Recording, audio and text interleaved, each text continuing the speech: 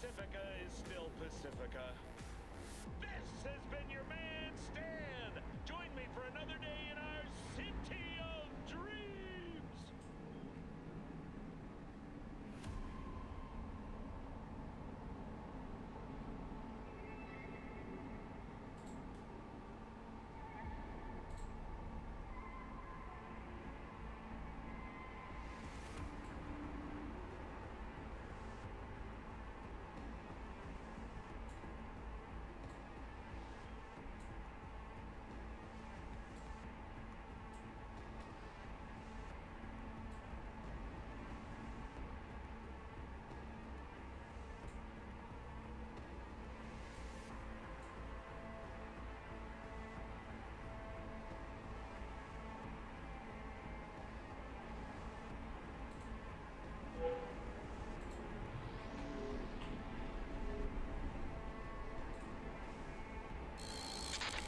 I got sent a couple of videos pertaining to some kind of Australian news spotlight about detransitioning that I wanted to take a look at. 7 News Spotlight. I was 15 when I had my breast surgically removed. It's the most controversial story this year. Children are being told they should change from boy to girl or girl to boy from as young as 12 years old. Thousands of kids are doing it and regretting it. I've gone through a medical catastrophe. Well, this seems good right off the bat. Parents are being kept No children should be transitioning without the parents' knowledge. Pretty good video. Love the intro. I believe our children are being lied to. Banger production. These are life-changing decisions being made before our kids have any idea of the consequences. Is a generation being brainwashed? It's a medical scandal. When we reached out, Is 7 News like a Murdoch outlet? Is this one of the? Yes, it is. It is. It's one of the Murdoch ones. Okay, that makes sense. Yeah. 7news.com.au. Let's see. 7 News Australia, because apparently it brings up something local as well. Wikipedia, the highest rated news service in Australia. My goodness. Well, it's done quite well. Is there anything here that's not technical? Technical news? Something specific? Political bias? Controversy? No? No. Bored. Well, I suppose we'll judge them based on the contents of this. Gosh, that's a low bar. Right, center, mixed reporting. Right, yeah. Not Murdoch. The 7 News, the 7 Network is owned by 7 West Media Limited, a media group controlled by billionaire Kerry Stokes. Not Murdoch, I guess. Ah, well, you know, some billionaire or another. Wealthy guy, does philanthropy. Well, let's see. Maybe they have good points to make. to the bosses who run these clinics, all we got was silence. Urged on by social media. But it's confused kids that are paying the price. Wait, what? I am 23. Is that confused kids? Kids that are paying the price. I was just looking for a sense of belonging. 7 News Spotlight on 7 and 7 Plus. Nice. Good, good. Okay. So, quite a lot of dislikes to the like ratio. We've talked about this specific stuff many times before. I want to see if they've got a specific angle here. Detransitioning, Gillian Spencer extended interview, 7 News Spotlight. Whoa! In simple terms, why were you stood down from your clinical duties at the hospital? The hospital took the opportunity to remove me from clinical duties on the grounds of being a danger to trans and gender diverse children, because I've got a history of expressing concerns about the gender clinic in the hospital and the model they're using called the affirmation model. This affirmation model, We've talked about that before. Now, I have already Googled Dr. Gillian Spencer, and it seems this person is known almost entirely for this specifically. LGB Alliance Australia, the Daily Mail, binary.org.au. So it's all TERF and anti-trans sites. Gender Clinic News, WNG.org. What does that stand for? Sound journalism grounded in facts and biblical truth. Let me see if I could find something that Family First Party. Can I find any reporting on this woman that is not explicitly from conservative partisan sources? I'm actually having a very tough time doing that. I'm down to the end of the first page of search results. 3 women in Australia canceled for gender critical views. Canada free press. Dr. Gillian Spencer removed from clinical duties, but that was written 7 hours ago. Okay, I actually cannot find any non-biased reporting. I have no clue. No clue. Can I paraphrase that? Tell me if it's wrong. So if a child comes in and presents with gender dysphoria. So you agree with her not being allowed to work with trans kids? Yeah, if she denies the affirmation model, which is currently the accepted medical practice for the best way to deal with transgender people, like, would you have a doctor who was like, actually, I don't believe in like standard care. I'm going to do my own thing. Like, of course not. Obviously, no job would do that. Yeah. Regardless of the mental state of that child, the hospital and the gender clinic just goes along with what the child wants. No. The affirmation model means that you don't try to deconvert them. You don't argue with them about their gender identity. You talk with them about what they say their gender identity is. You don't just do whatever they say. A trans kid doesn't walk into a clinic and ask for an ice cream and just get, like, that's not how that works. If you think that a kid is only saying that they're trans because they're depressed or anxious or having a schizophrenic episode, first of all, not common or likely, but possible, I suppose. If you think that's the case, it is not effective to challenge that by saying, actually, I don't think you are trans. What you do is you go, okay, so all right, so you're trans. So why don't you talk to me a little bit about these feelings you're having? And then you work through that, and then you arrive at a better answer. The people who have an issue with the affirmation model just want, like, they effectively just want gender clinics to be a deconversion, like a conversion center being done by doctors, basically. It is accepted as the standard model for a reason. Yes. So the hospital just expected you, directed you in fact. Directed me. If a child was presenting with gender dysphoria, you were, no questions asked really, send them straight to the gender clinic. Yeah. Yes, because the gender clinic is the clinic that deals with gender dysphoria. Yeah, yes, obviously. Like, if a person Send them to the broken leg clinic. A bunch of, like, I don't know, foot pain, you would send them to the department for that too? I don't understand. Yes. Forgive me if this is a stupid question, but will be. how do you know if you were sending the right kids on what is an irreversible journey? The journey to the gender clinic is not irreversible. It's a different room in the building. You can go back if you want. The elevators go both ways. You can go there, and then you can go somewhere else after. It's fine. It's all right. No one can know, and that's really important for parents to know, because when a child with gender the one-way trip to the gender factory, exactly. Sentenced to gender.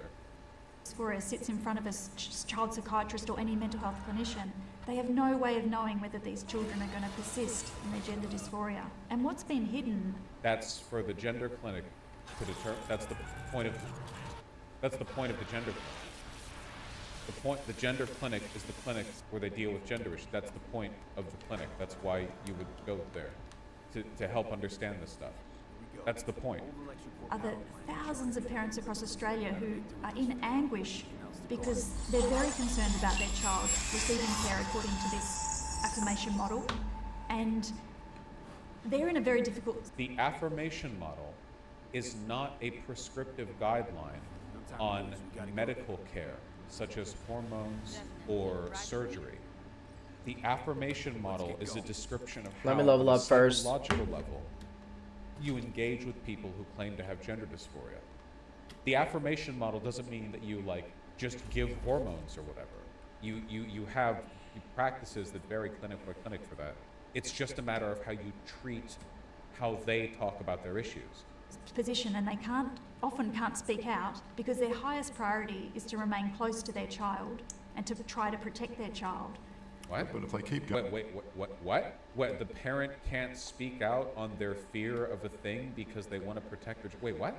How does it make any sense? There's no law that forces the parent to do anything. What fear are we trying to play on here? What is happening? Oh yeah, the state, like, persecuting people for not bringing their kid to the gender clinic? What are we talking about? Going. They go to the gender clinic. All right, let's ride out. Body parts cut off. They're never going to recover. I think we're missing a couple of steps on that one. again, I like body parts cut off because like the stupid fear-mongering language is absolutely essential for this brand of like parental anxiety transphobia, where like you could describe anything like that, you know, like, oh, you're getting an appendectomy, they're removing organs, like, you know, oh, which body parts? Yeah, they sent me to the gender clinic, they cut my arms off, you know, they didn't specify what parts. It's an absolute Cut my dick off. disaster, and it's so sad because child psychiatrists and other mental health clinicians are keeping quiet about their concerns. Hey, I'm gonna skip So ride. Bye, Judy. Classic.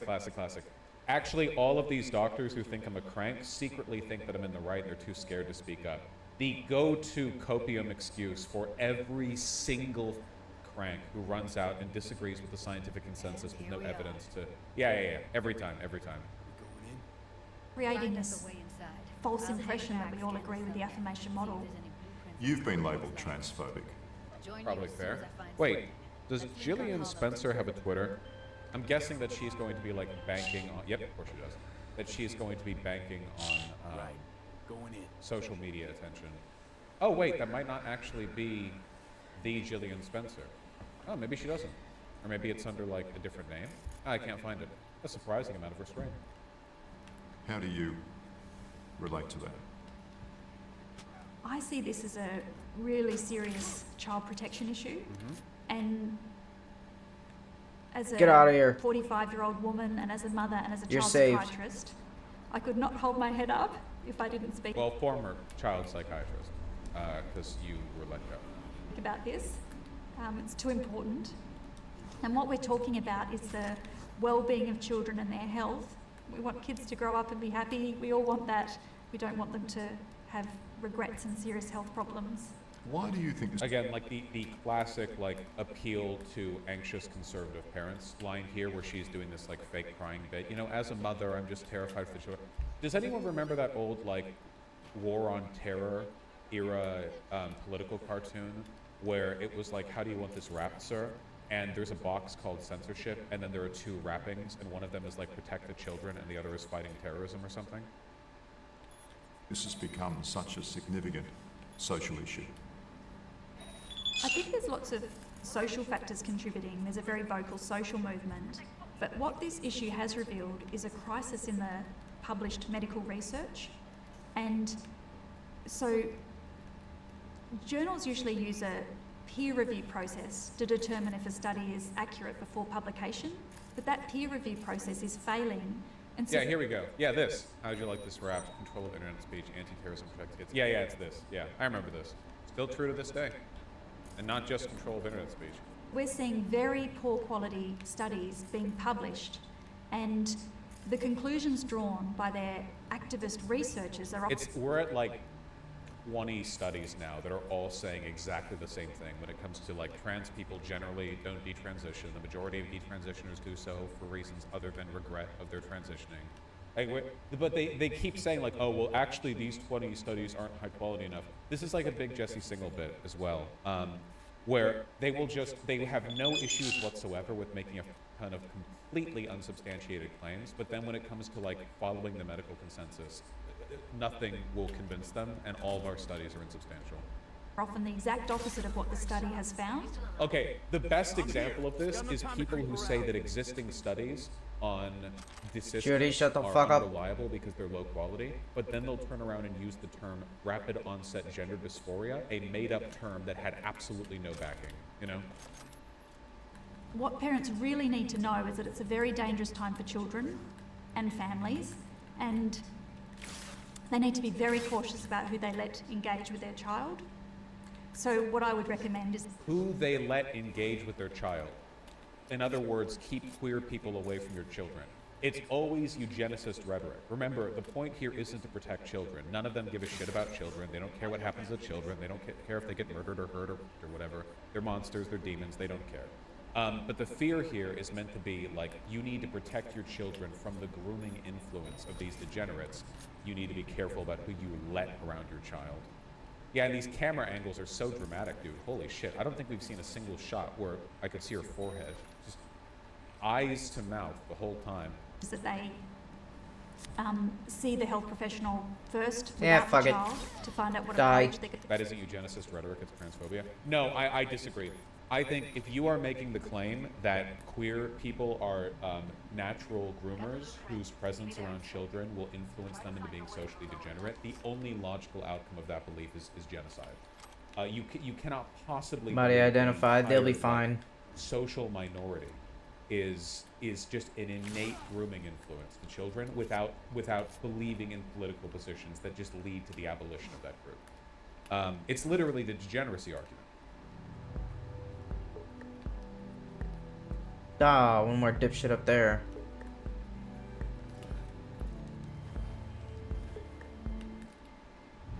Devolver Digital is rejecting offers from You are PlayStation deaf. Plus as well as Xbox Game Pass because they feel their games are being undervalued, and this is not exactly how it used to be. It seems that the offers are coming in lower than they used to be. And I'm going to look at a couple of articles, at least two from pushware.com, about why exactly they felt their games were being undervalued, but also we're going to be looking at the fact that spending for these sub-services is starting to plateau.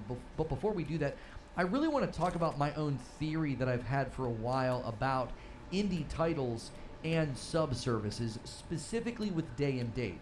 When you take a brand new title and you put it on a subscription service like PS Plus or Game Pass, and you do it the day the game comes out. I think there are times where this was very beneficial to an indie title because they could essentially have their entire next project funded by simply doing an offer with Microsoft or PlayStation. Like, they're going to write you a really fat check, you don't really have to worry about sales, and then you're essentially funded for your next project. But it can be sort of antithetical to the success of an indie title when they can make a ton more off of sales, especially when they're maybe a smaller studio, and that money's going to go a lot further. I always reference Death's Door selling over 100,000 copies its first week on Steam. It's two people, right? So that money is really getting split up nicely between those two.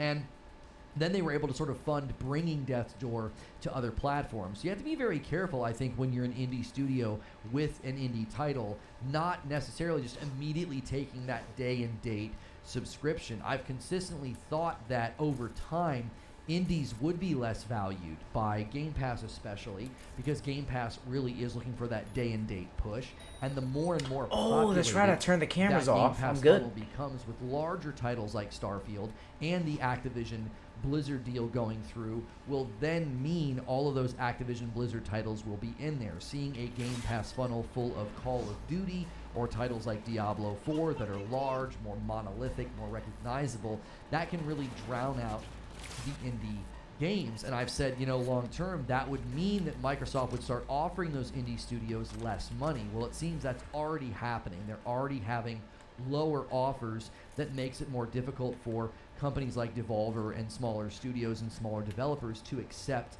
those deals. I've consistently said that I think indies need to be leveraged in a different way on sub-services, and I think that especially with ID at Xbox, not the developer ID, but literally ID at Xbox. It's their independent developer program. And they run really cool things sometimes where they just put a bunch of demos out there for you to play. And I think it'd be really cool if when you went to Game Pass, there was an entire section for ID at Xbox where you could do trials. And these would be just for Game Pass subscribers. So this would be another great perk for being on Game Pass.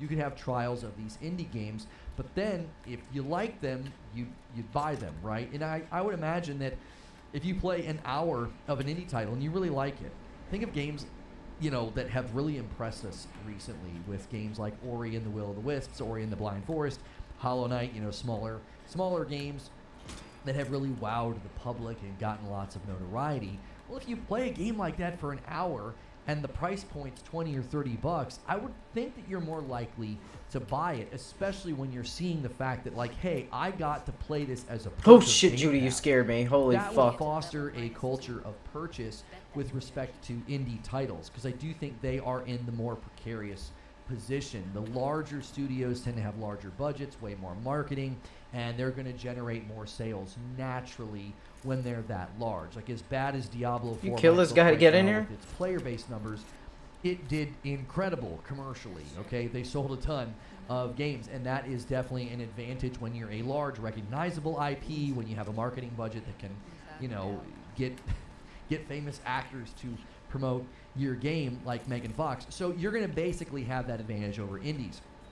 And from where I sit, indies will be continually put at a disadvantage with respect to PlayStation Plus and Game Pass if larger titles are in there. Now, I know typically with PlayStation Plus, they put lots of indies there later. And I think I that didn't even see his sometimes can ass. create a surge of interest. Like, oh, all of a sudden, everybody's talking about a game again. This is not an indie game. But that happened with Days Gone, right? Days Gone hit PS Plus, you know, like a year or two later, and it wasn't buggy and it wasn't glitchy anymore. And nobody knew why. The game got bad reviews. They're like, what? This game's great. What's the problem? Well, it launched in a really bad state, and that's why it got bad reviews. So I want to look, though, at what Devolver Digital said. Let's take a look at this Push Square article from Liam Croft. That says, indie firm Devolver Digital rejected PS Plus, Xbox Game Pass deals over undervalued games.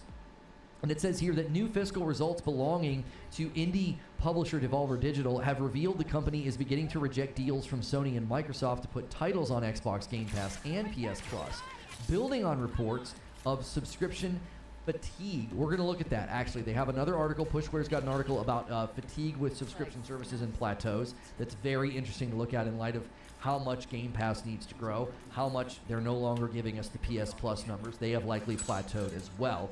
And it says here that where consumer spending is concerned, Devolver Digital claims it has turned down multiple proposals from platform holders as the offers, quote, undervalued the titles, value, and revenue opportunities in 2023 and 2024. So I actually have a lot of respect for this, okay? It'd be really easy to accept less money.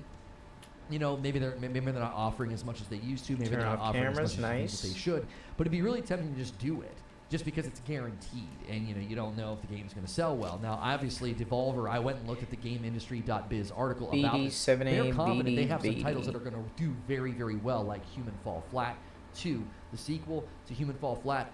So I applaud that, them being like, no, I mean, we're not doing that. You aren't paying us enough. We think these titles are going to do very well on their own. I think that shows a little chutzpah, right? They're a little confident. They're like, oh, what do you... we got great titles, even though they're indie, even though they're smaller studios, so we're not going to accept less money just because you don't value us as much as you may have in the past. Like, Xbox was probably writing larger checks in the earlier stages. They really wanted to fill the Game Pass funnel. They really wanted a good cadence of games. They were lacking in first-party titles for cadence, so they were, you know, seeking out big third-party titles, but they were probably also willing to write larger checks for the indies as well. Now, the article continues here that says, the move has resulted in lower revenue streams from subscription services, although the company is expected to get back on track as a whole next year, as many of its high-profile titles have been delayed to 2024. That's where the Game Industry Biz article was helpful in, like, pointing, like, they've got some games that they think are going to do really well. This was done to ensure that they, quote, have time, effort, and support to succeed, one of which was the promising indie game, The Plucky Squire.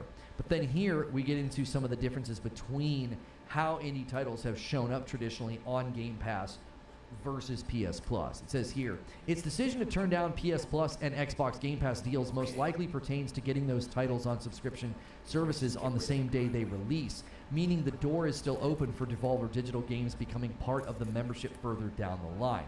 So they're not saying that we're against going on these sub-services. They're saying we're not doing that day and date because we can sell. We've got titles that people recognize, and we can make money from the sales. And if the offers coming in, according to Game Industry Biz, Clear it out. Just not big Let's as go. they were. We're going to see Loot that up. in the next paragraph. And so if the offers are coming in lower than they traditionally were, they're going to bank on and bet on sales instead.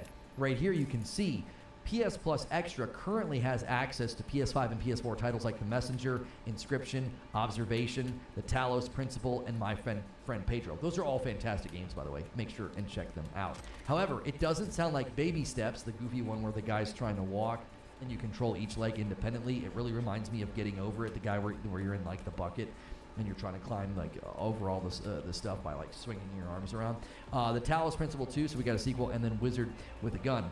Now, they don't make mention of it here, but Human Fall Flat 2, they made mention in this GameIndustry.biz article, they made mention of that title in particular and said that they thought it would do very well with sales.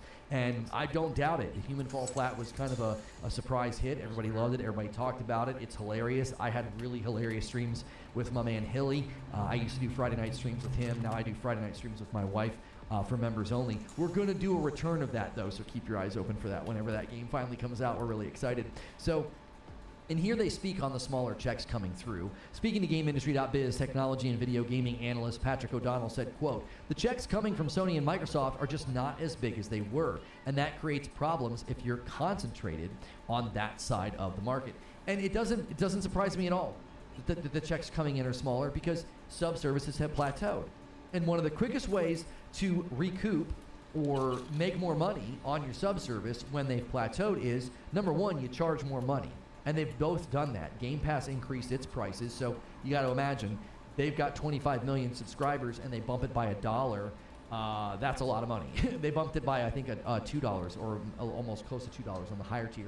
And then PlayStation just decreased the annual bundle. Like when you bundle PS Plus, you don't save as much. They didn't raise the per month cost, but they did lower the discount. So if you bundle PS Plus extra or premium or any of that, you're going to save less money. So what that does is that generates more revenue from all of the people that are subscribing. And then when you write smaller checks to the companies that are going to be on your sub-service, that also then helps your margins because now your expenses are going down. So this is not abnormal, and here's why.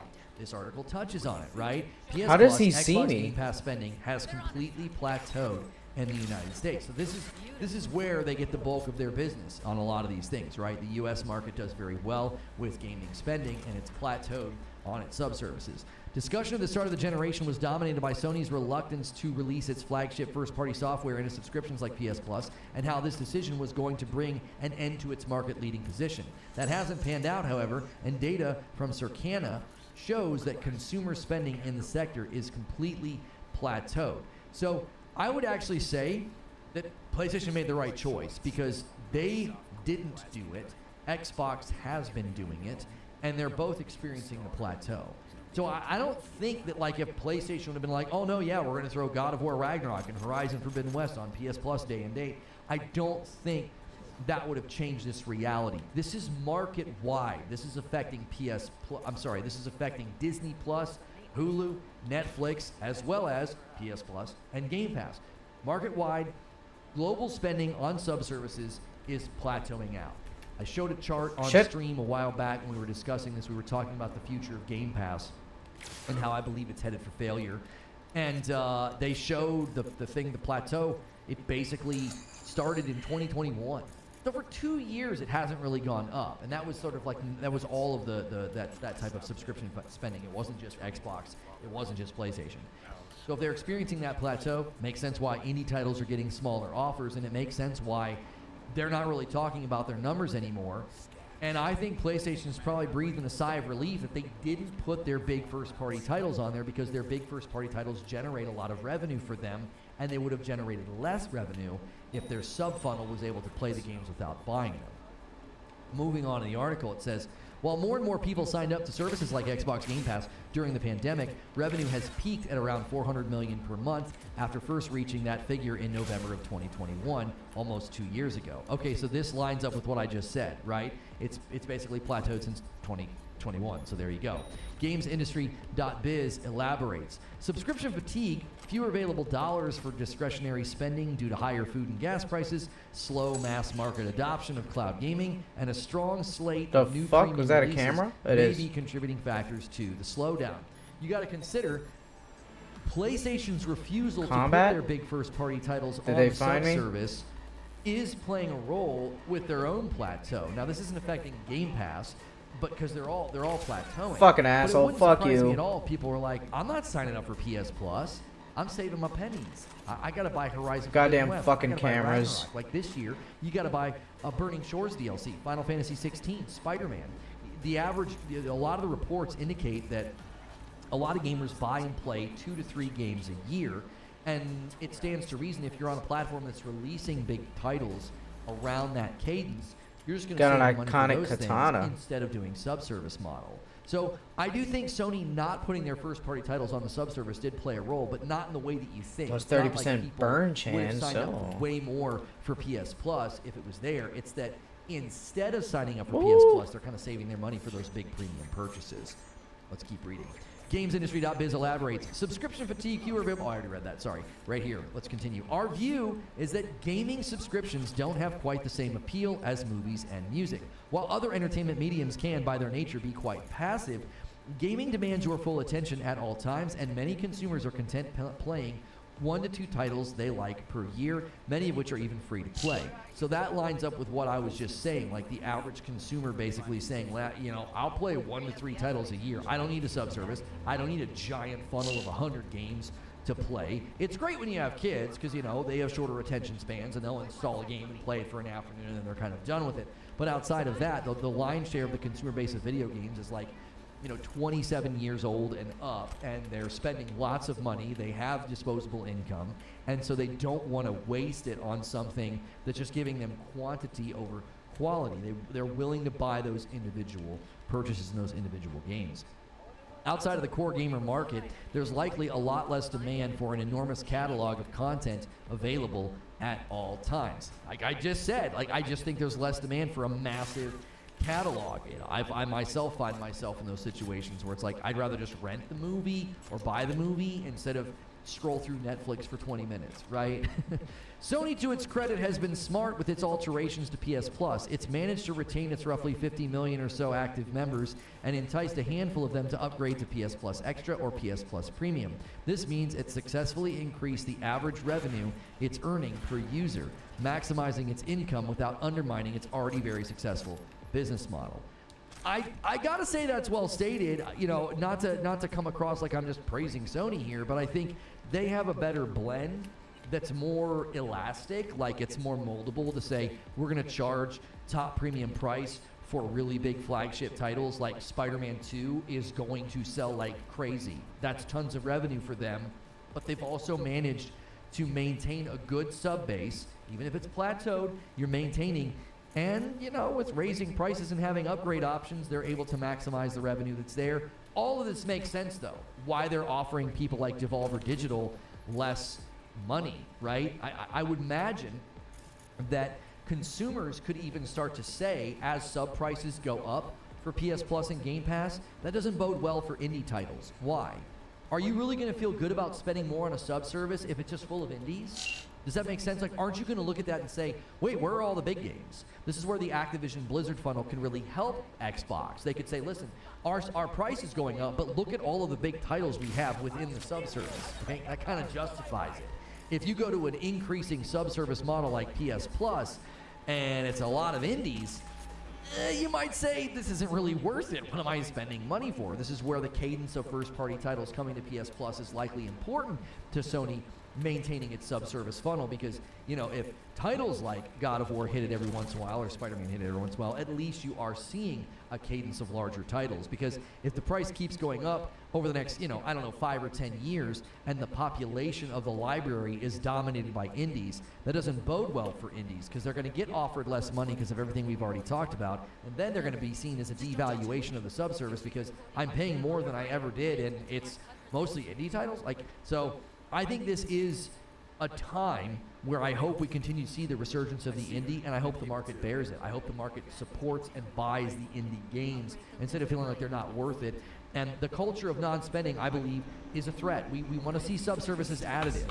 It's a great bargain. It's a great additive thing. Oh, she got fucked up. Jesus Christ. It's got all these great titles for you to play, but it's not the be-all, end-all. It's not the centrality, because it devalues games. It's already devaluing indies. What's next after that? If you like this kind of content, you want to interact with me, become a member. We're about to go to members only debrief. That's typically how these videos end. They roll over and redirect into a members only debrief. So hit the join button, join us, tell me I'm wrong, debate me, talk to me, all those different things. If you're not going to do a membership, but you don't want to miss my content, make sure you hit subscribe, the bell button, and that like button, and I'll see you in the next video.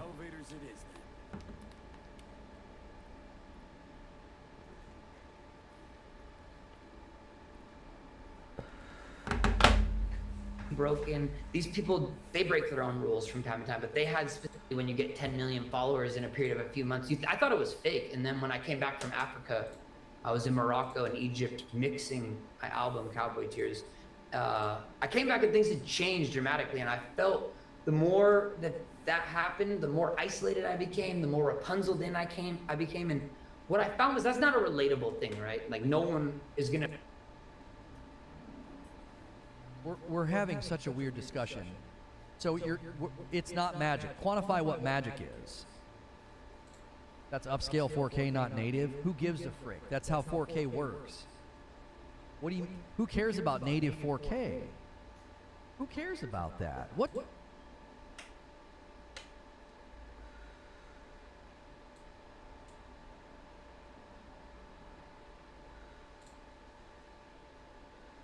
What discussion are we even having?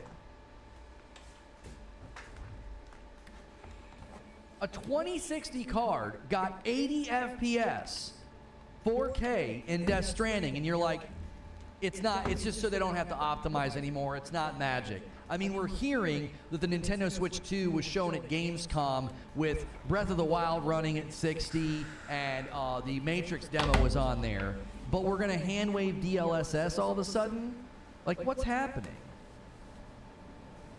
We're like, yeah, DLSS isn't that impressive. It's not magic. It's just so they don't have to optimize their games. What are y'all scared Nintendo's gonna like do something? Victor Mayhem with 29 months on the VIP. Time flies when you're having fun. Keep it flying, my friend. Really helps the workday flow. Butters is correct. Devs are using it as an excuse now. Oh, it's okay. Their tech will fix it. I'll smoke up with you, Jody. Some weed, though. Give me examples. I don't think you can give me any. I need examples. If Butters is correct, that would mean you'd need to demonstrate a pattern in the market that developers are pushing out games that are horribly optimized and they're leaning on DLSS. Good waste of a joint. Where's the pattern in the market? Still got my mind. You need to demonstrate this with a handful of titles, not like one. Where is this in the market? I've not seen this talked about anywhere. I've not seen anybody in the PC realm saying, yeah, man, all devs are doing now is not optimizing their games and just leaning on DLSS. Remnant 2, Jedi Survivor, and Starfield.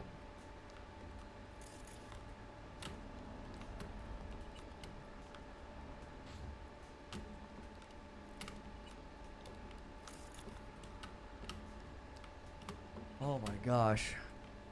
Starfield didn't even have native DLSS support at launch. At least I think she is. Seemingly was primarily built for Xbox, but you Is can't Luke, do excuse DLSS. me? Jedi Survivor's not leaning on DLSS. Jedi Survivor wasn't ready. It launched too soon. Gamers always misdiagnose the problem. Those games did not launch saying, we'll just lean on DLSS. They weren't ready. A game not launching ready, that's a tale as old as time. Vex did a great video on this. DLSS is ruining games. Oh, for Pete's.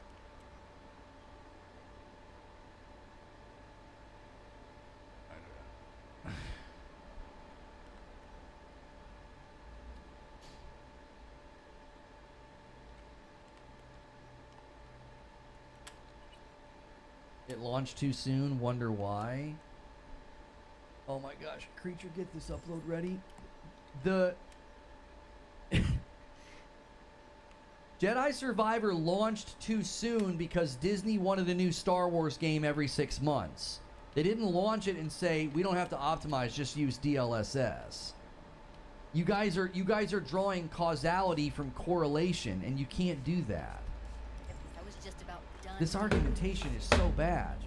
Remnant 2, again, you have to the psalm is still better. that the devs willingly didn't optimize the game so they could lean on DLSS, which is insane to me because Remnant ran fine on console and you can't even get DLSS on console. What are we even saying? I feel like I'm getting ice picks in my temples right now. DLSS is ruining games because of a couple of games this year that launched too early and are not optimized well on PC.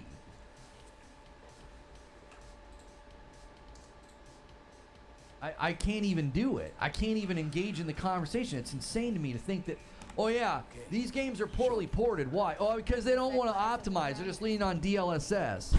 What? Christy Essex Quest with 14 months. Just made my coffee order. Remember to make yours today. Hey, thank you so. Oh, I clicked on a folder instead of whoops. Thank you so much. I see your order in here. Best of both worlds. A light roast and a dark Why are you touching her ass? Going for like the lower hip? People are What? looking V? at the poorly ported games to PC this year, and they're blaming DLSS. That was very perverted. Okay. Let's go. Have a seat. All right. I don't know what to say to that. I just don't know what to say to that. Not all that editable. A handful of games come out this year. And Jedi Survivor is a terrible example because it was bad everywhere. And you can't use DLSS on console. So Remnant launches on console, runs fine. Right? It runs fine. What am I looking at? DLSS allows hardware to punch above its weight. Truly touch. Tech I see? That's what I'm saying. The research I did into DLSS and what they were able to do with Death Stranding was we can squeeze more out of weaker hardware. Y'all are saying that devs are porting games to PC poorly because they're like, well, we'll just lean on DLSS so we don't have to optimize our game. Starfield and Survivor didn't even launch with DLSS. That's what I'm saying. People are literally giving me examples of games that didn't even have DLSS at launch. So how can you claim that? Like that's insane to me that you're thinking that that's substantiating your point. Those games didn't even launch with it. Starfield launched with FSR only, and then they're adding DLSS later, or did they already do it? I know that it was coming. They announced that it was like coming or whatever. I'm not blaming DLSS. It's blaming that the devs won't use it properly. They just rely on it to do wonders rather than optimizing. Yo, good morning, Feed. Good to see you in the chat.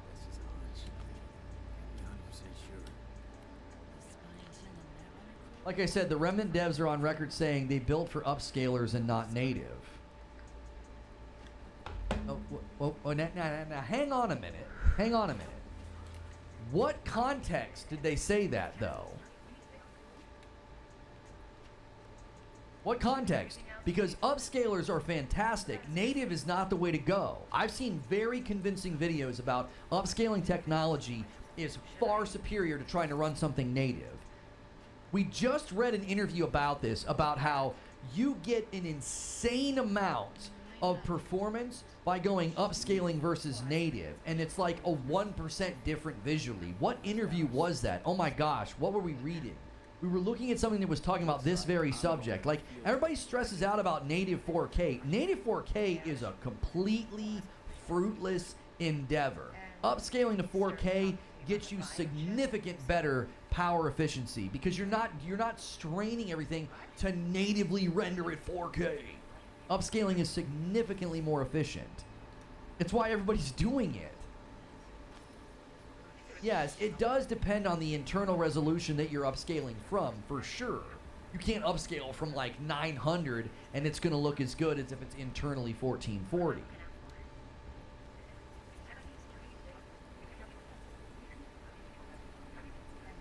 Native 4K is buzzwords. Anybody that says native 4K these days, I'm always raising an eyebrow. I'm like, what are you talking about? Why would you even do native 4K? Who cares about that? I need native 4K on my 24-inch monitor. Either way, the intention is to utilize it to squeeze more out of the overall performance. This is a completely new narrative to me, right? Like, you guys are paradigm busting, being like, nah, man, DLSS is ruining games because devs are not optimizing their game. They're launching it and just expecting DLSS to do all the magic for them.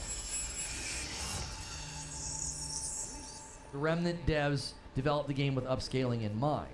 Yes, because that's literally all they said.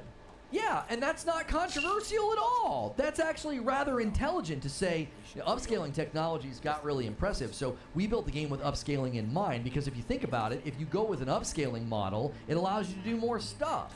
Because you're not straining the engine and the rendering to do 4K, native 4K. If you're doing internal resolution upscaled, you can do more stuff. You're freeing up power. You're freeing up resources. So sure of your position, and I'm so sure you are wrong. One of us doesn't understand how these things work. No, you're reading into my statements that it's magic. You're reading into my statements, Zubair. When I say it's magic, what did I cite as proof of my position? I said they were able to take a 2060 card and squeeze out 80 FPS at 4K. There's somebody else there. In Death Stranding. I said that's magic. Now, why was I saying that? In context, Zubair, I was substantiating the idea that the Nintendo Switch 2 would be able to run a respectable version of Call of Duty.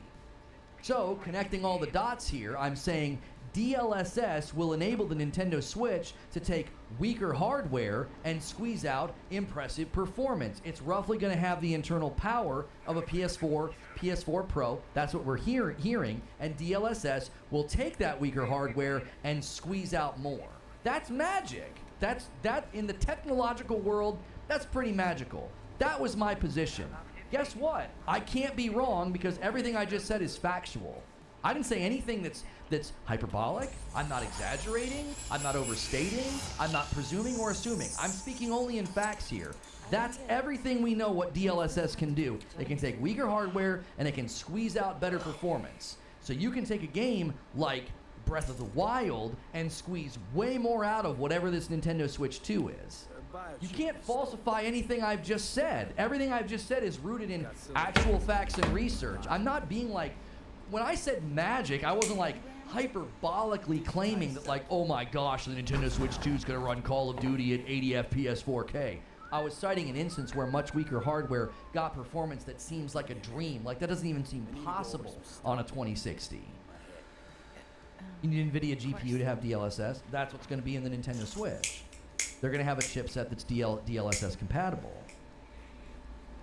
Nothing that I just said can be falsified. It's very basic. It's like, this is how DLSS works. And the comeback was, it's not magic, and it's ruining games. And I asked for people to substantiate that it's ruining games, and I was given games like Jedi Survivor and Starfield that didn't even launch with DLSS support. Not all 4K 60 is equal.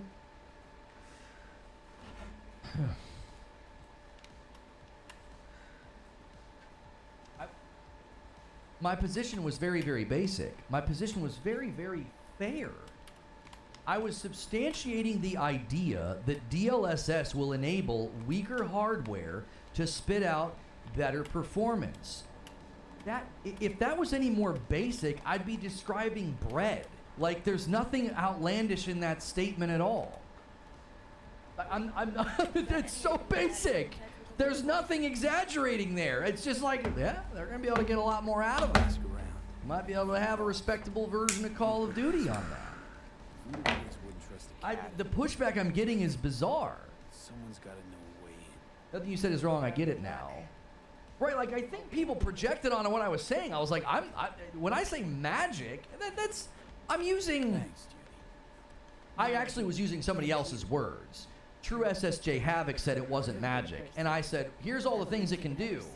To me, that's magic, right? Like that's impressive. You know what I'm saying? I was simply using his words. I wasn't trying to be like DLSS is gonna take us to the moon, on a potato chip. That's not what I was trying to imply.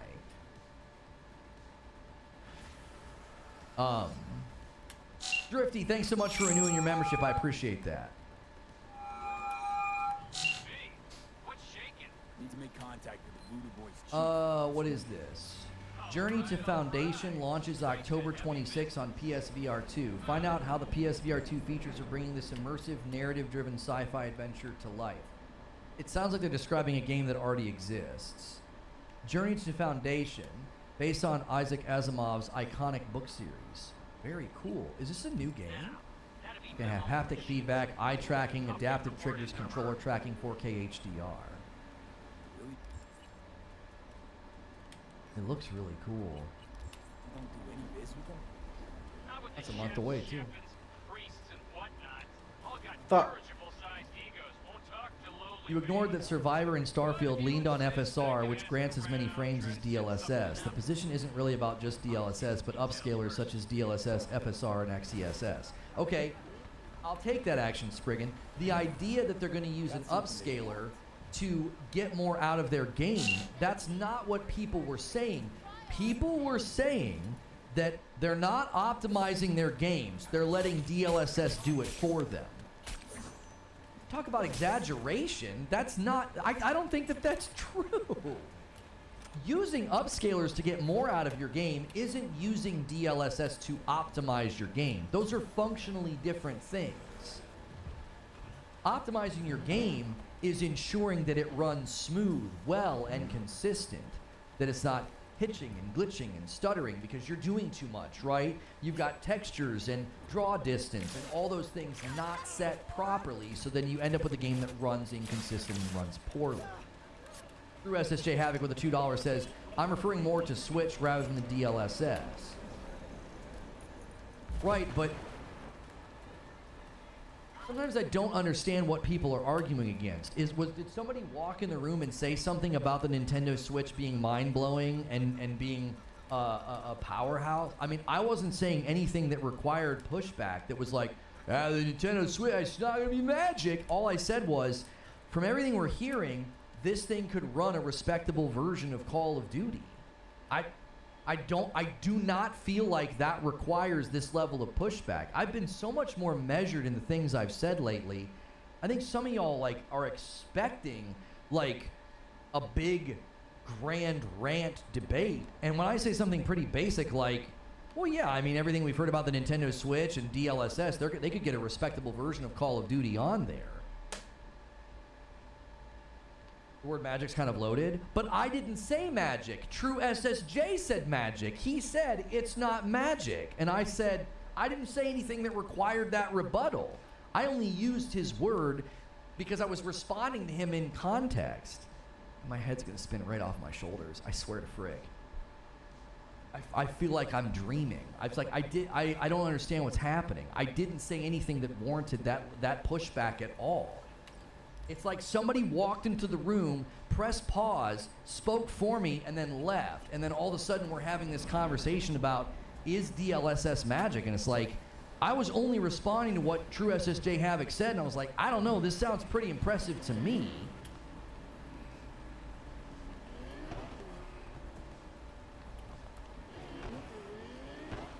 We got this far because me and Cliffo talked about it being a bad thing. You said nothing wrong. We just interjected saying it's bad for gaming. It's related, but not in the vein you were going down.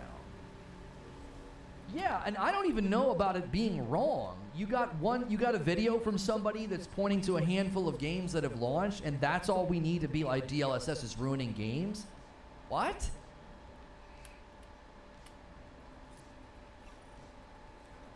I've seen a trend of you being high on DLSS. I blame Wheezy.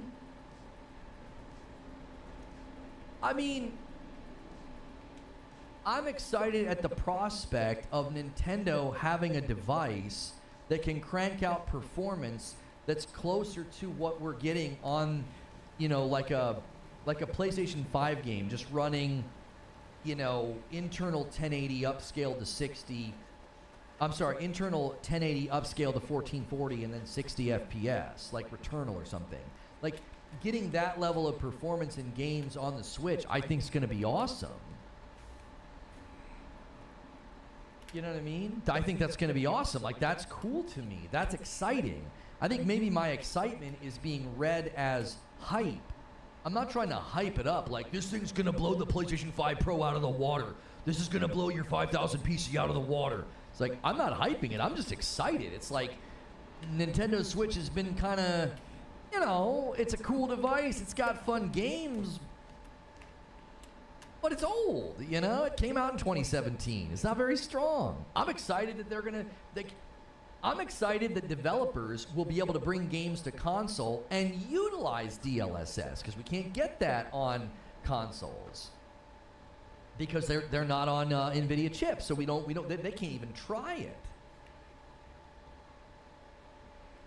DLSS is an amazing tool. However, if devs utilize it as a shortcut, then it could possibly become a problem.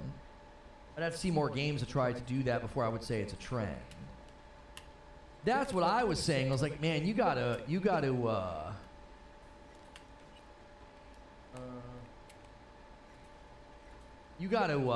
really, really substantiate that kind of a trend in the market. Does that make sense?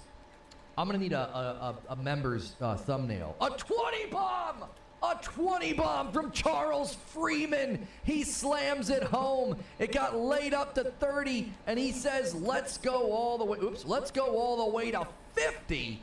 Insane. Who's going to be the agent of chaos? It will be a race. DLSS is not ruining gamings. It's not going to ruin games. It's an optimization tool. People arguing against it are literally smooth brains arguing for argument's sake. And Butter says, it's kind of happening. Escape from Tarkov is a huge offender of this. A huge offender of what? Bear says, I want to temper even your current expectations. I think games like Zelda or Pokemon or Mario will look flawless upscaled to 4K. I think COD will look like Sea of Artifacts and Blur. I don't think so. Jen A is the agent of chaos. Thank you so much. Bumping it up to 51. That means we got a new goal of 75. Zubair, we'd have to go back and look at how Call of Duty looks and runs on a PlayStation 4 Pro.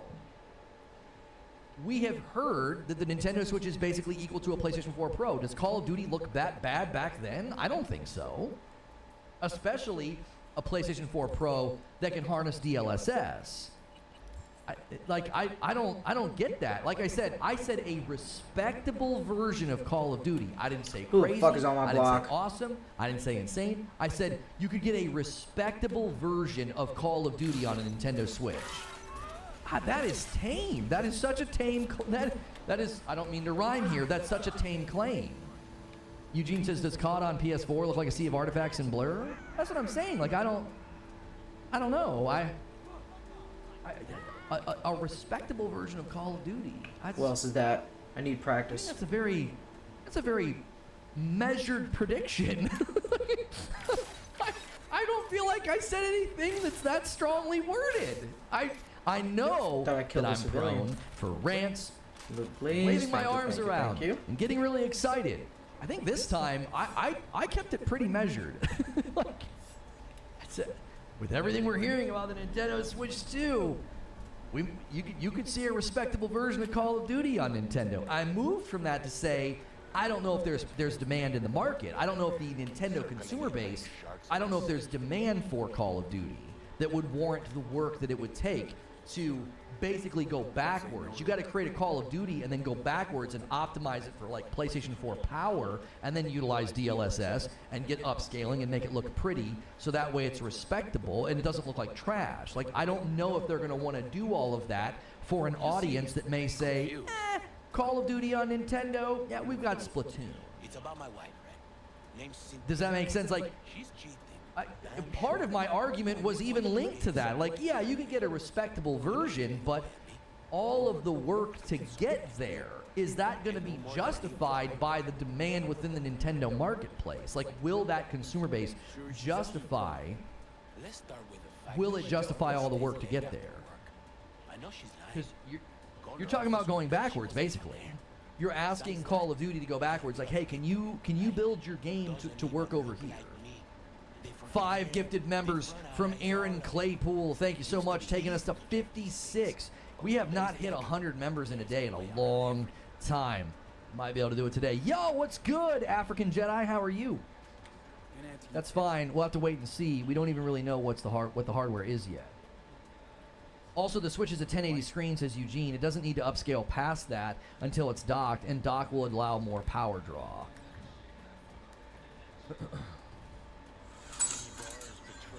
Hang on, I'm clicking on something. I can't see chat for just a second.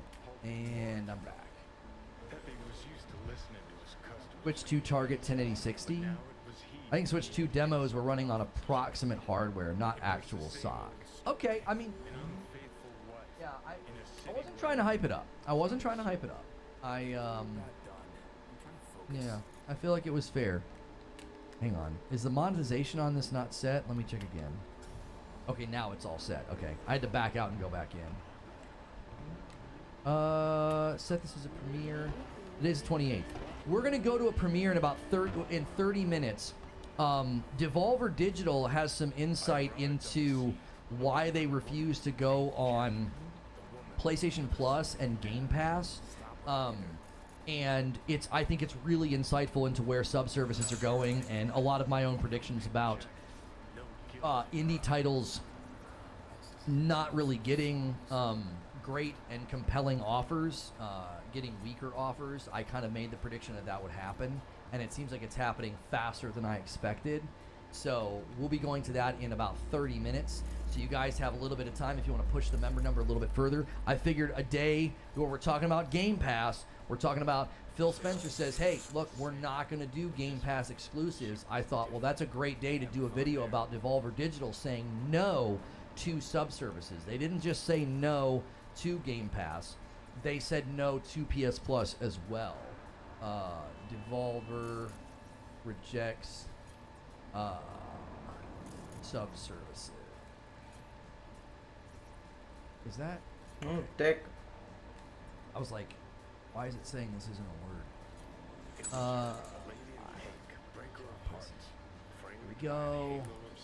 And where's my thumb? No, subscription is good for us as filler games and play. Can this DLSS magic be used to upscale body parts? Asking for a friend, of course. Oh, that's funny. Let me see here. Members only, 12:15. Doesn't even make sense.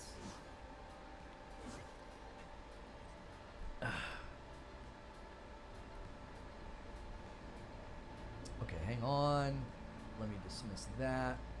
YouTube really wants us to run ads automatically in the live environment, and I always say no to that. Now, I'm be 100% real with y'all, okay? Now just listen to me now.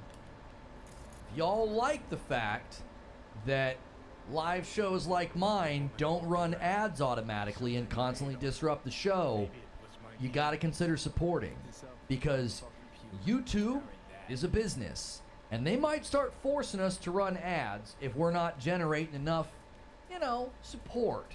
If I'm going to stream for 2.5 hours, I really hope YouTube never runs some kind of a metric that's like, hey, servicing up live streams isn't cheap, it's not free, you got to run ads all the time now. So, once they move the ads to chat, we will. Yeah, eventually they're going to only put ads in the chat, so if I run an ad, you'll see it in chat and it won't disrupt my video feed. But a really great way to avoid streamers running ads automatically is to support those streams, because I really hope they never turn that on automatically. That would be terrible. And yes, I beat Jedi Survivor. I did. I'm now playing Cyberpunk Phantom Liberty, and I'm really enjoying it. I played it last night, and I played a side gig mission where, no, I'm not going to get into any spoilers. Be on cover. And I got in a great shootout. I snuck around a little bit. I had a really cool boss fight with like these robot things. And then at the end, I had a moral dilemma. I could kill the person I was there to kill, or I could let them live and it would lead to bigger fish. And the choice you make, it impacts what happens. It was really cool. It was really cool. I was like, okay, I get it. I get it. I get it. I literally went to the Discord and I was like, okay, I see you, Cyberpunk. I see you. Are you threatening me? No. Ads in chat. There's going to be a thing that YouTube launches, and listen to me now, listen to me. They've got somebody in charge that knows what they're doing, because they understand that we need ads in live streams. We do. Think about it. You got 600 to 1,000 people hanging out at a given time. hitting them all with an ad every once in a while, it's a pretty good idea, right? Now, the reason I don't do it is it hurts viewership. It drives people away. So somebody at YouTube had the brilliant idea that if I run an ad, it'll place it over top of the chat for 60 seconds or something. Well, that's not a big deal because I can keep talking. You guys see the ad. It supports me. If you're YouTube Premium, you don't see it at all. And it helps support the stream. It helps support me. And it doesn't disrupt the show. This is something that I have always said. You have to understand the live streaming ecosystem. If you want ads and monetization to work in the live stream ecosystem, you cannot disrupt the show. It doesn't work. If you're sitting here watching me and having a good time and we're like, yeah, man, and guys, the really most important thing is, and you're like, can you what hook me happened? up? Yeah, Blue Chew New or Ripper whatever Doc stupid unlocked. ad pops up, right? You can't do that. That's not conducive to a live environment. So they actually have somebody in charge that understands that reality. The Purple platform doesn't freaking get that at all. They do everything they can to disrupt the show. Followed your wife. You can keep talking, but who do you respond to when no one can chat because of the ad? It's only a minute, Cliffo, maybe 30 seconds. So that's not much time at all, considering usually I'm reading chat on a stream delay anyway.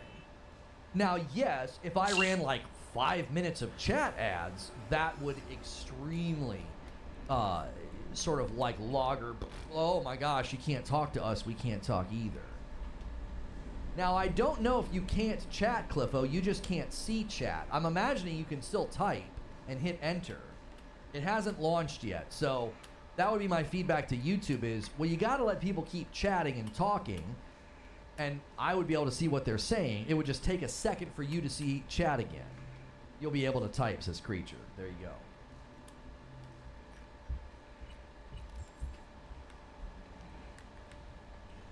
I legit got mad at a Cyberpunk character for forcing me to make a difficult decision last night. Not many games can do that. Ron Jakar Patel, I can't read that. I mean, I can go to Google Translate and see what you're saying. It's a shame to say that it is magic. You are Asmongold, a male goat whose admirers enjoy exploring his tunnels. Unpleasant.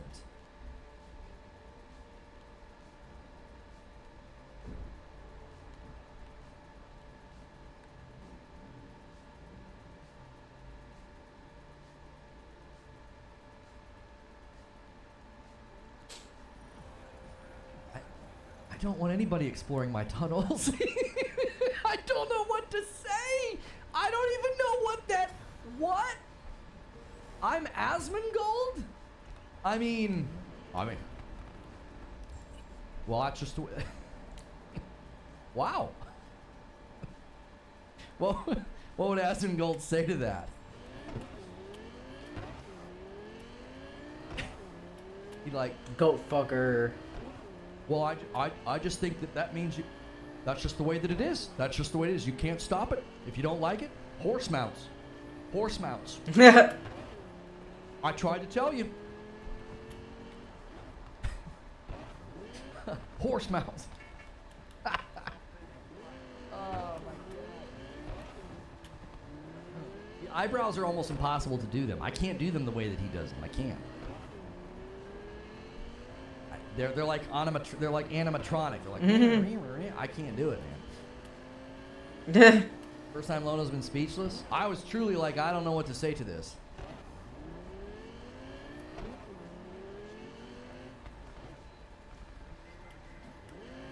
You need a Dr. Pepper. Lono ball. No.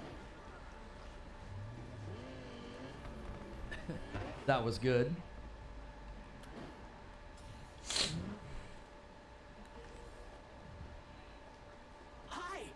Live, look at us exploring your tunnels. What the frick? I don't even understand. Oh, man. Now that's an agent of chaos. Yeah, he completely disrupted the show. He really did. There it is, boys. That's right.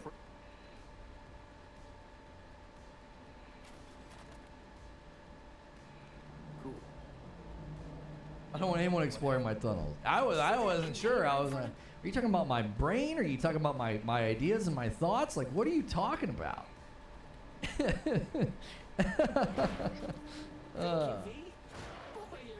Yeah, back to what I was saying. If you guys don't want me running ads, then start gifting some members.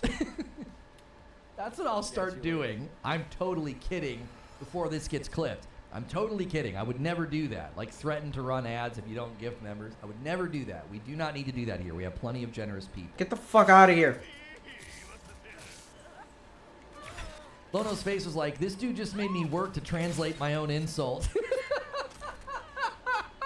That's good. That's good. Why do I Sorry about that, ma'am. I'm so sorry about that. Oh, I always forget. At this You time didn't of deserve day, that. the reminder goes out for our soccer games, and like all of the kiddos can respond, and it is. I get an email for every single kid. It's like, I can be there. I can be there. I can be there. Copy dispatch. I swear to Christ, if it's Eurodyne Wait, what's again, this Witchfire thing? suspect's vehicle Witchfire has been gameplay located. video Details showcases have been NVIDIA sent. DLSS 3. Oh. Fuck off. All units on site. Continue Fairy searching the Afterlight area. is now available on Steam. Oh, that game looked so good, like a little indie game. I wish listed that one.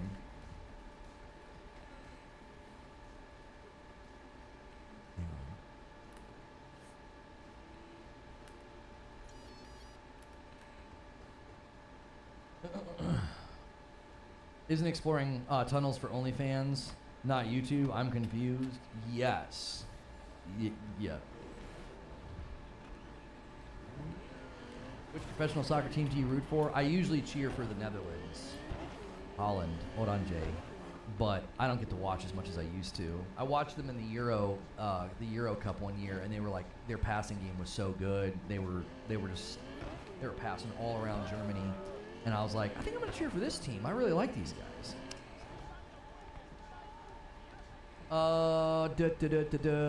Reminded me of the Italian guy raging at WoW devs back in the day. He used a translator to put it into English, and it came out accusing the devs of having ham on their eyes. Yeah, Witchfire, using DLSS and not optimizing the game. Did I just kill two of them with PS5 one exclusive shot? Phantom Blade Zero That was launches nice. November 2nd. Phantom Blade Executioners is the prequel to Phantom Blade Zero that was shown at PlayStation Showcase this year. It's a hand-painted 2D side-scrolling game. Whoa, whoa, whoa. What the fuck is going on in here? No way. That's cool that they're doing that. Why would they? That's a weird decision, honestly. I actually think that is kind of a weird decision, though. To do a prequel to that game and to do it in, to do it as like a side scroller. I feel like that's kind of interesting.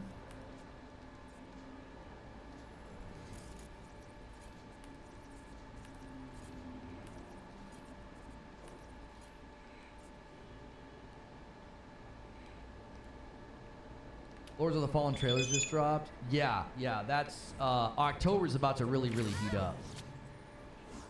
Yeah, October's about to really heat up. A lot of games.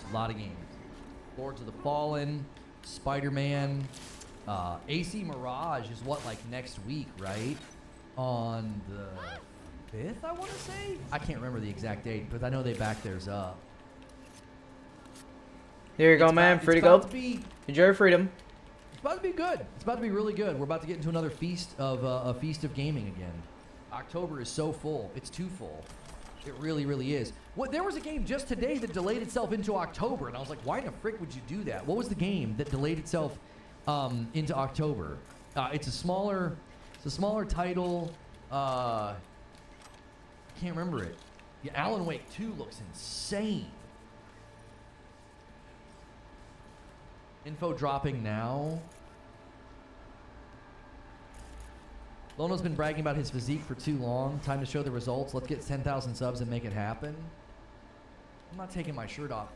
Well, I know I would take my shirt off for 10,000 subs. See how quickly you sell out, chat? That fast. It's that fast.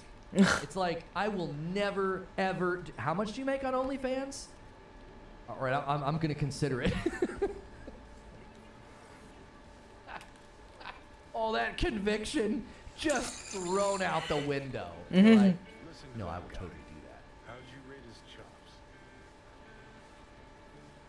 On the road to 10,000 subs, I would start working out again so that I would actually have something to show, right? As opposed to like, there's dad bod, and then I have like petite dad bod. It's still a dad bod. Right? Nothing you can do about it. It just happens.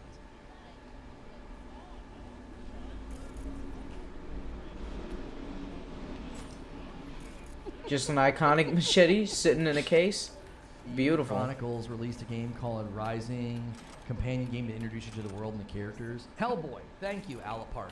Yeah, Hellboy bumped themselves back into October. I'm like, why would you do that? Why? Why would you do that? Like, October's so full. Just keep going. Go a couple more weeks. You know? According to articles, dad bods are preferred. It's true. It's true. Mm-hmm. Yeah.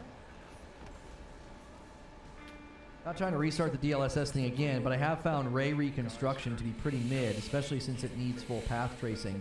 Curious how Alan Wake 2 ends up looking. Yeah, Alan Wake 2, from everything we've seen, looks nice, but I mean, again, we're relying on like YouTube and everything else, so it's like you just, you know, once it's in your hands, it's always a little bit different. But also, I kind of think you're in a. I really think you're in a unique category, Zuby. You are at the tip of the spear. And I think the average consumer isn't. Can't skip this. Number one, the average consumer doesn't have a rig that can do or care about all of the stuff that you're talking about. I like making Johnny A feel little belly bad. fat equals lasting longer in bed. These guys out here with Buddha bellies are like, it's my time now. But you see what I'm saying, Zuby? Like, you're at the tip of the spear, right? You have a rig and an affinity and like you're tuned into things that like 90% of the community, the gaming community globally, can't even touch. Like, they can't even touch it.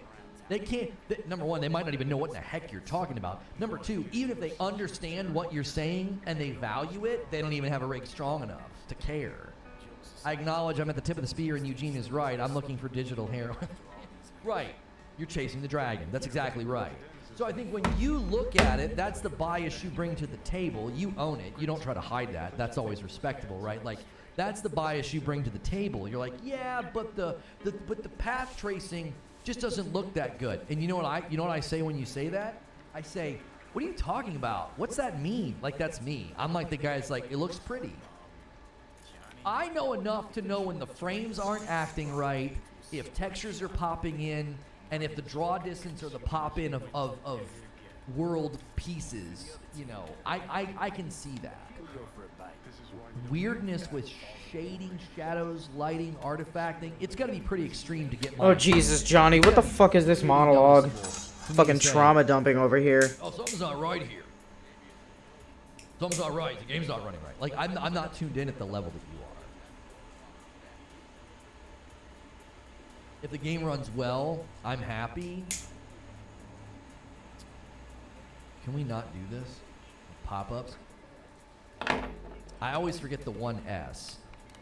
I always want to say deep learning sampling. It's deep learning super sampling. That's what DLSS stands for. It's learning technology. It's machine learning technology, like that they're leveraging to get more performance out of weaker hardware. It's a way to help. And the argument people were making was that developers are leaning on it too much.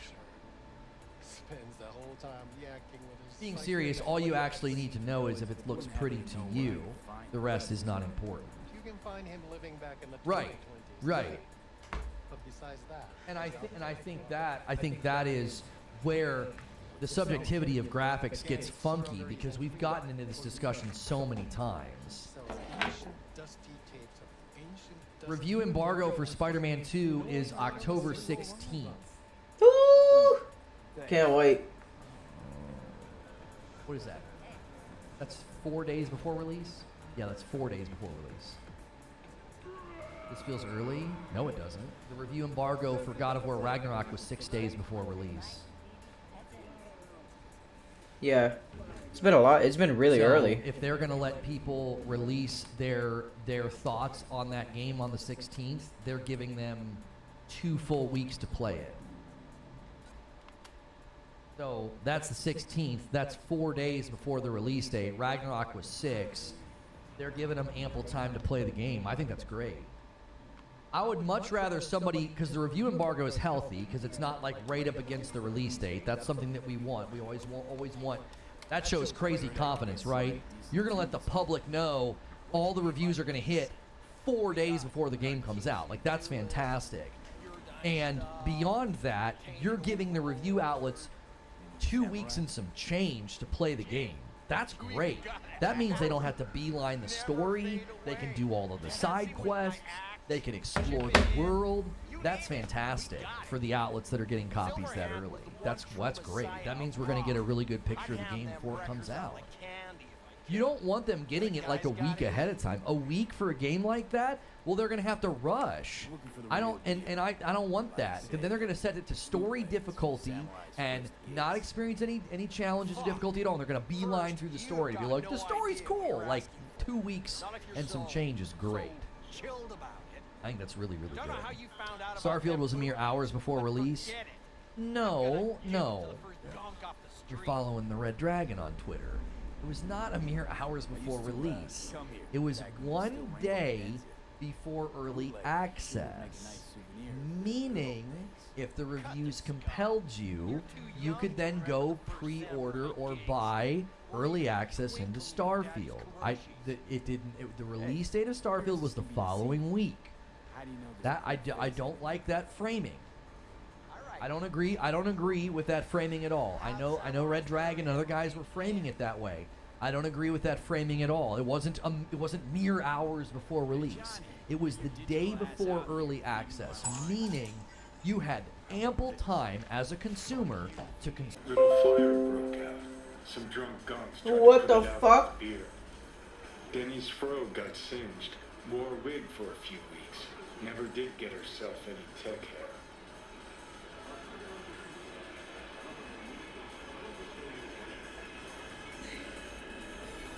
Poor Denny and her hair. Hang on. Now I remember. There was a fight. Fucking And Johnny, then if you were piece of compelled, shit. say, I'm gonna upgrade for I thought he early changed. access. I thought he liked me now. I'm gonna buy and play over the weekend. I thought that was fine. The issue with the Starfield reviews is not when they dropped, it's how they controlled who could review them. Don't focus on the wrong issue.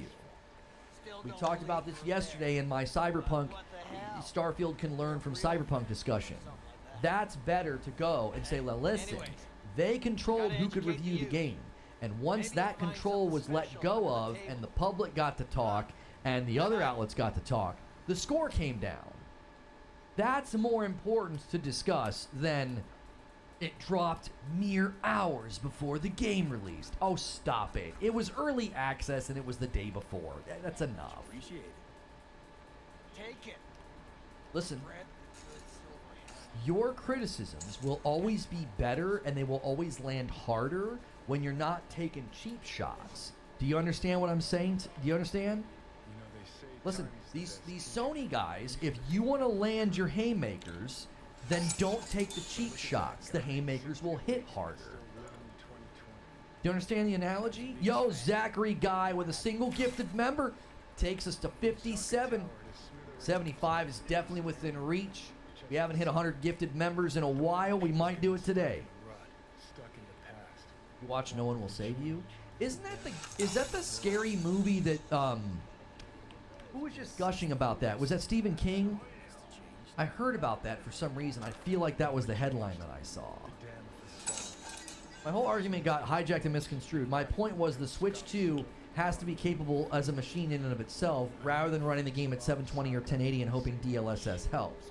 I understand your point, True SSJ. I understand. Whoa, I ain't a pony. I didn't say you were a pony. Do you follow Red Dragon? I follow Red Dragon. I don't consider myself a pony. I follow him on Twitter. And when he framed it that way, I didn't feel it was accurate.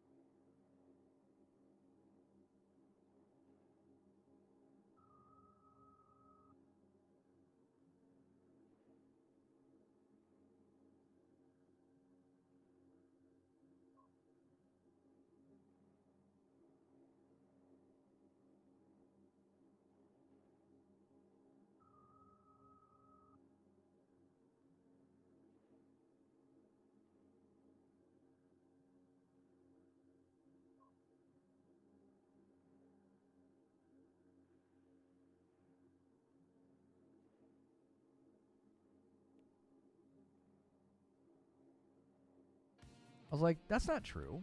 It wasn't mere hours. It was the day before. And it was early access. And I don't agree. Eugene says, I call that release, but to each their own. Yeah, I don't agree by calling early access the release date. I don't. Because especially when a game is hitting Game Pass. All Game Pass subscribers could sit and patiently wait for the release date, spend no extra money, and play the game day and date. And they had plenty of time to look at reviews, read and watch reviews, and make a decision about whether or not they wanted to upgrade for early access. I don't think there was anything wrong with the embargo. Again, don't focus on the wrong thing. Don't focus on the embargo date for Starfield. Focus on the fact that they controlled who could review the game. Don't you see? You're making a better criticism. You're landing a better punch. You're landing a better punch when you say, I'm not going to focus on the embargo timing because it actually was pretty good. It wasn't bad. It was almost an entire week before the official release of the game. Then take your swing and say, you try to control who could review the game, and as soon as you didn't have that control, the score dropped. That's a better shot to take.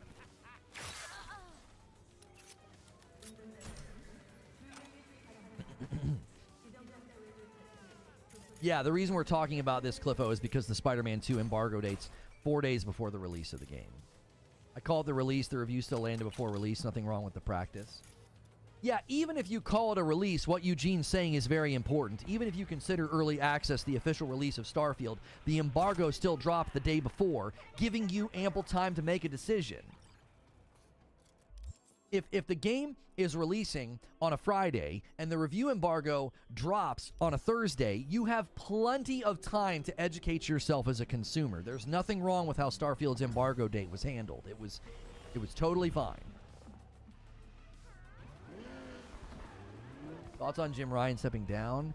I mean, his planned retirement, I just don't think is as big of a deal as people are making it. The way he describes his life, it makes sense to break a bunch of records, make a ton of money, get PlayStation on a really, really good trajectory, and then get the frick out and go spend time with your family. He's spending a couple of weeks in this country, a couple of weeks in that country, a week in this country.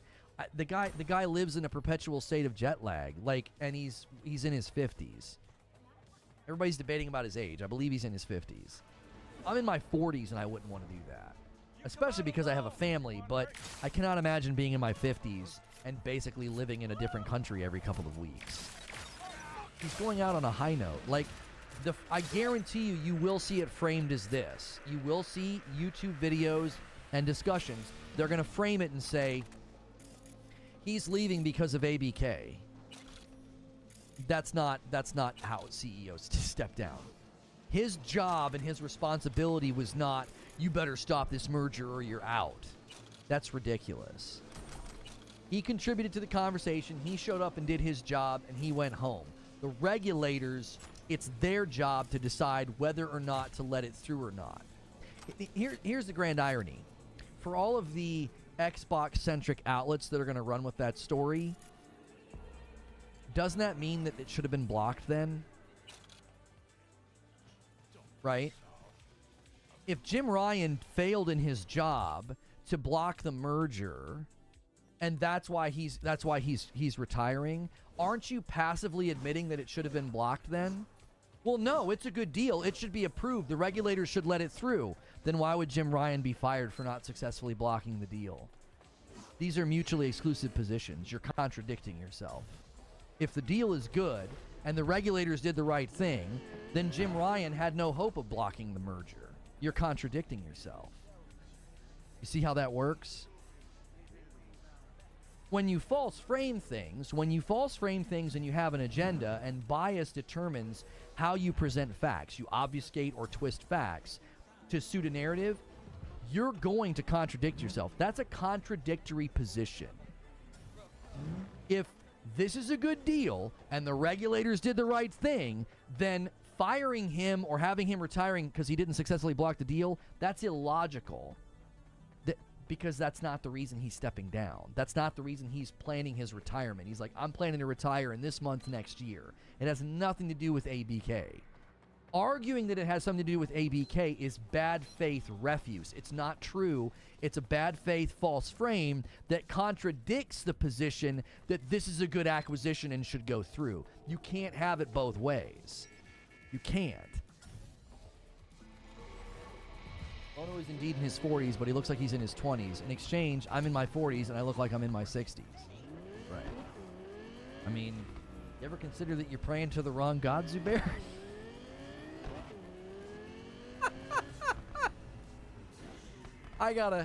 We gotta go to this premiere. I couldn't help myself.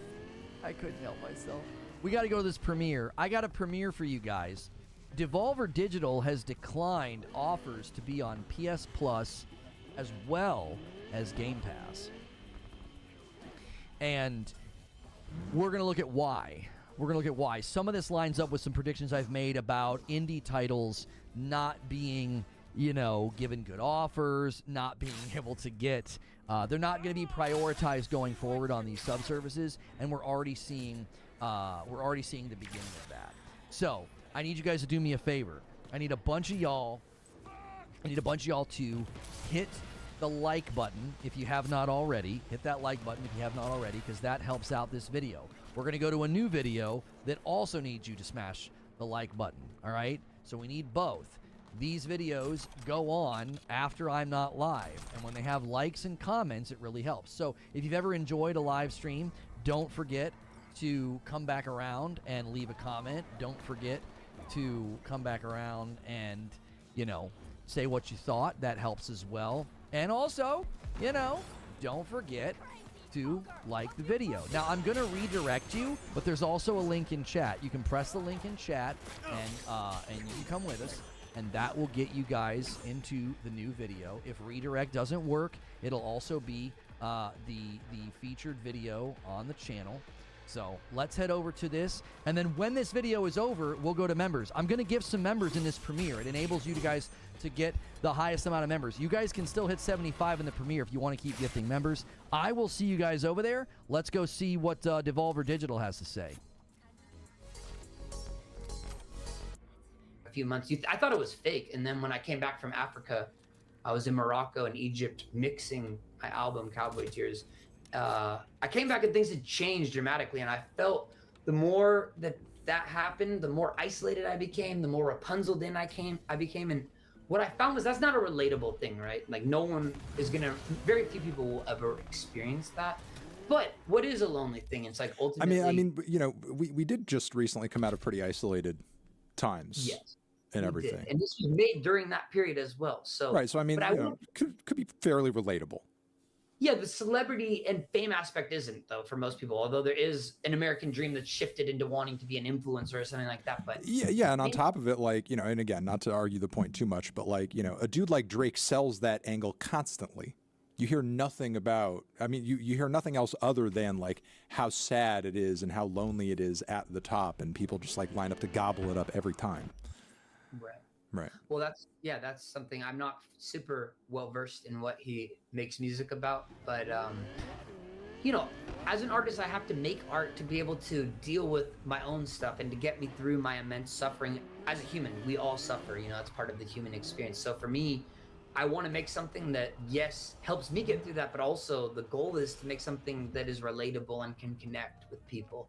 And so I was like, okay, that story isn't necessarily that anything interesting? relatable, the idea of like fame, but what I will say is what it made me feel was lonely. So I really wanted to highlight that and lean into that, because no matter who you are, we all feel lonely, you know, whether you are the most popular quarterback on the team or whether you're, you know, a theater kid and don't feel like people bully you, whatever it is, we all feel lonely. And even people who have a partner, they go to bed with their own thoughts in their head every night. So there's a lonely component to being a human. We kind of experience this in our own, it's in our own head, it's in our own lens. You know, we're all living as the star in our own movie, or, you know, whatever scenario you want to describe it as. But anyways, I wanted to make something because I want to inspire people. I want to make something that's relatable. So I was realizing how lonely I had become. And this was, like you said, during COVID.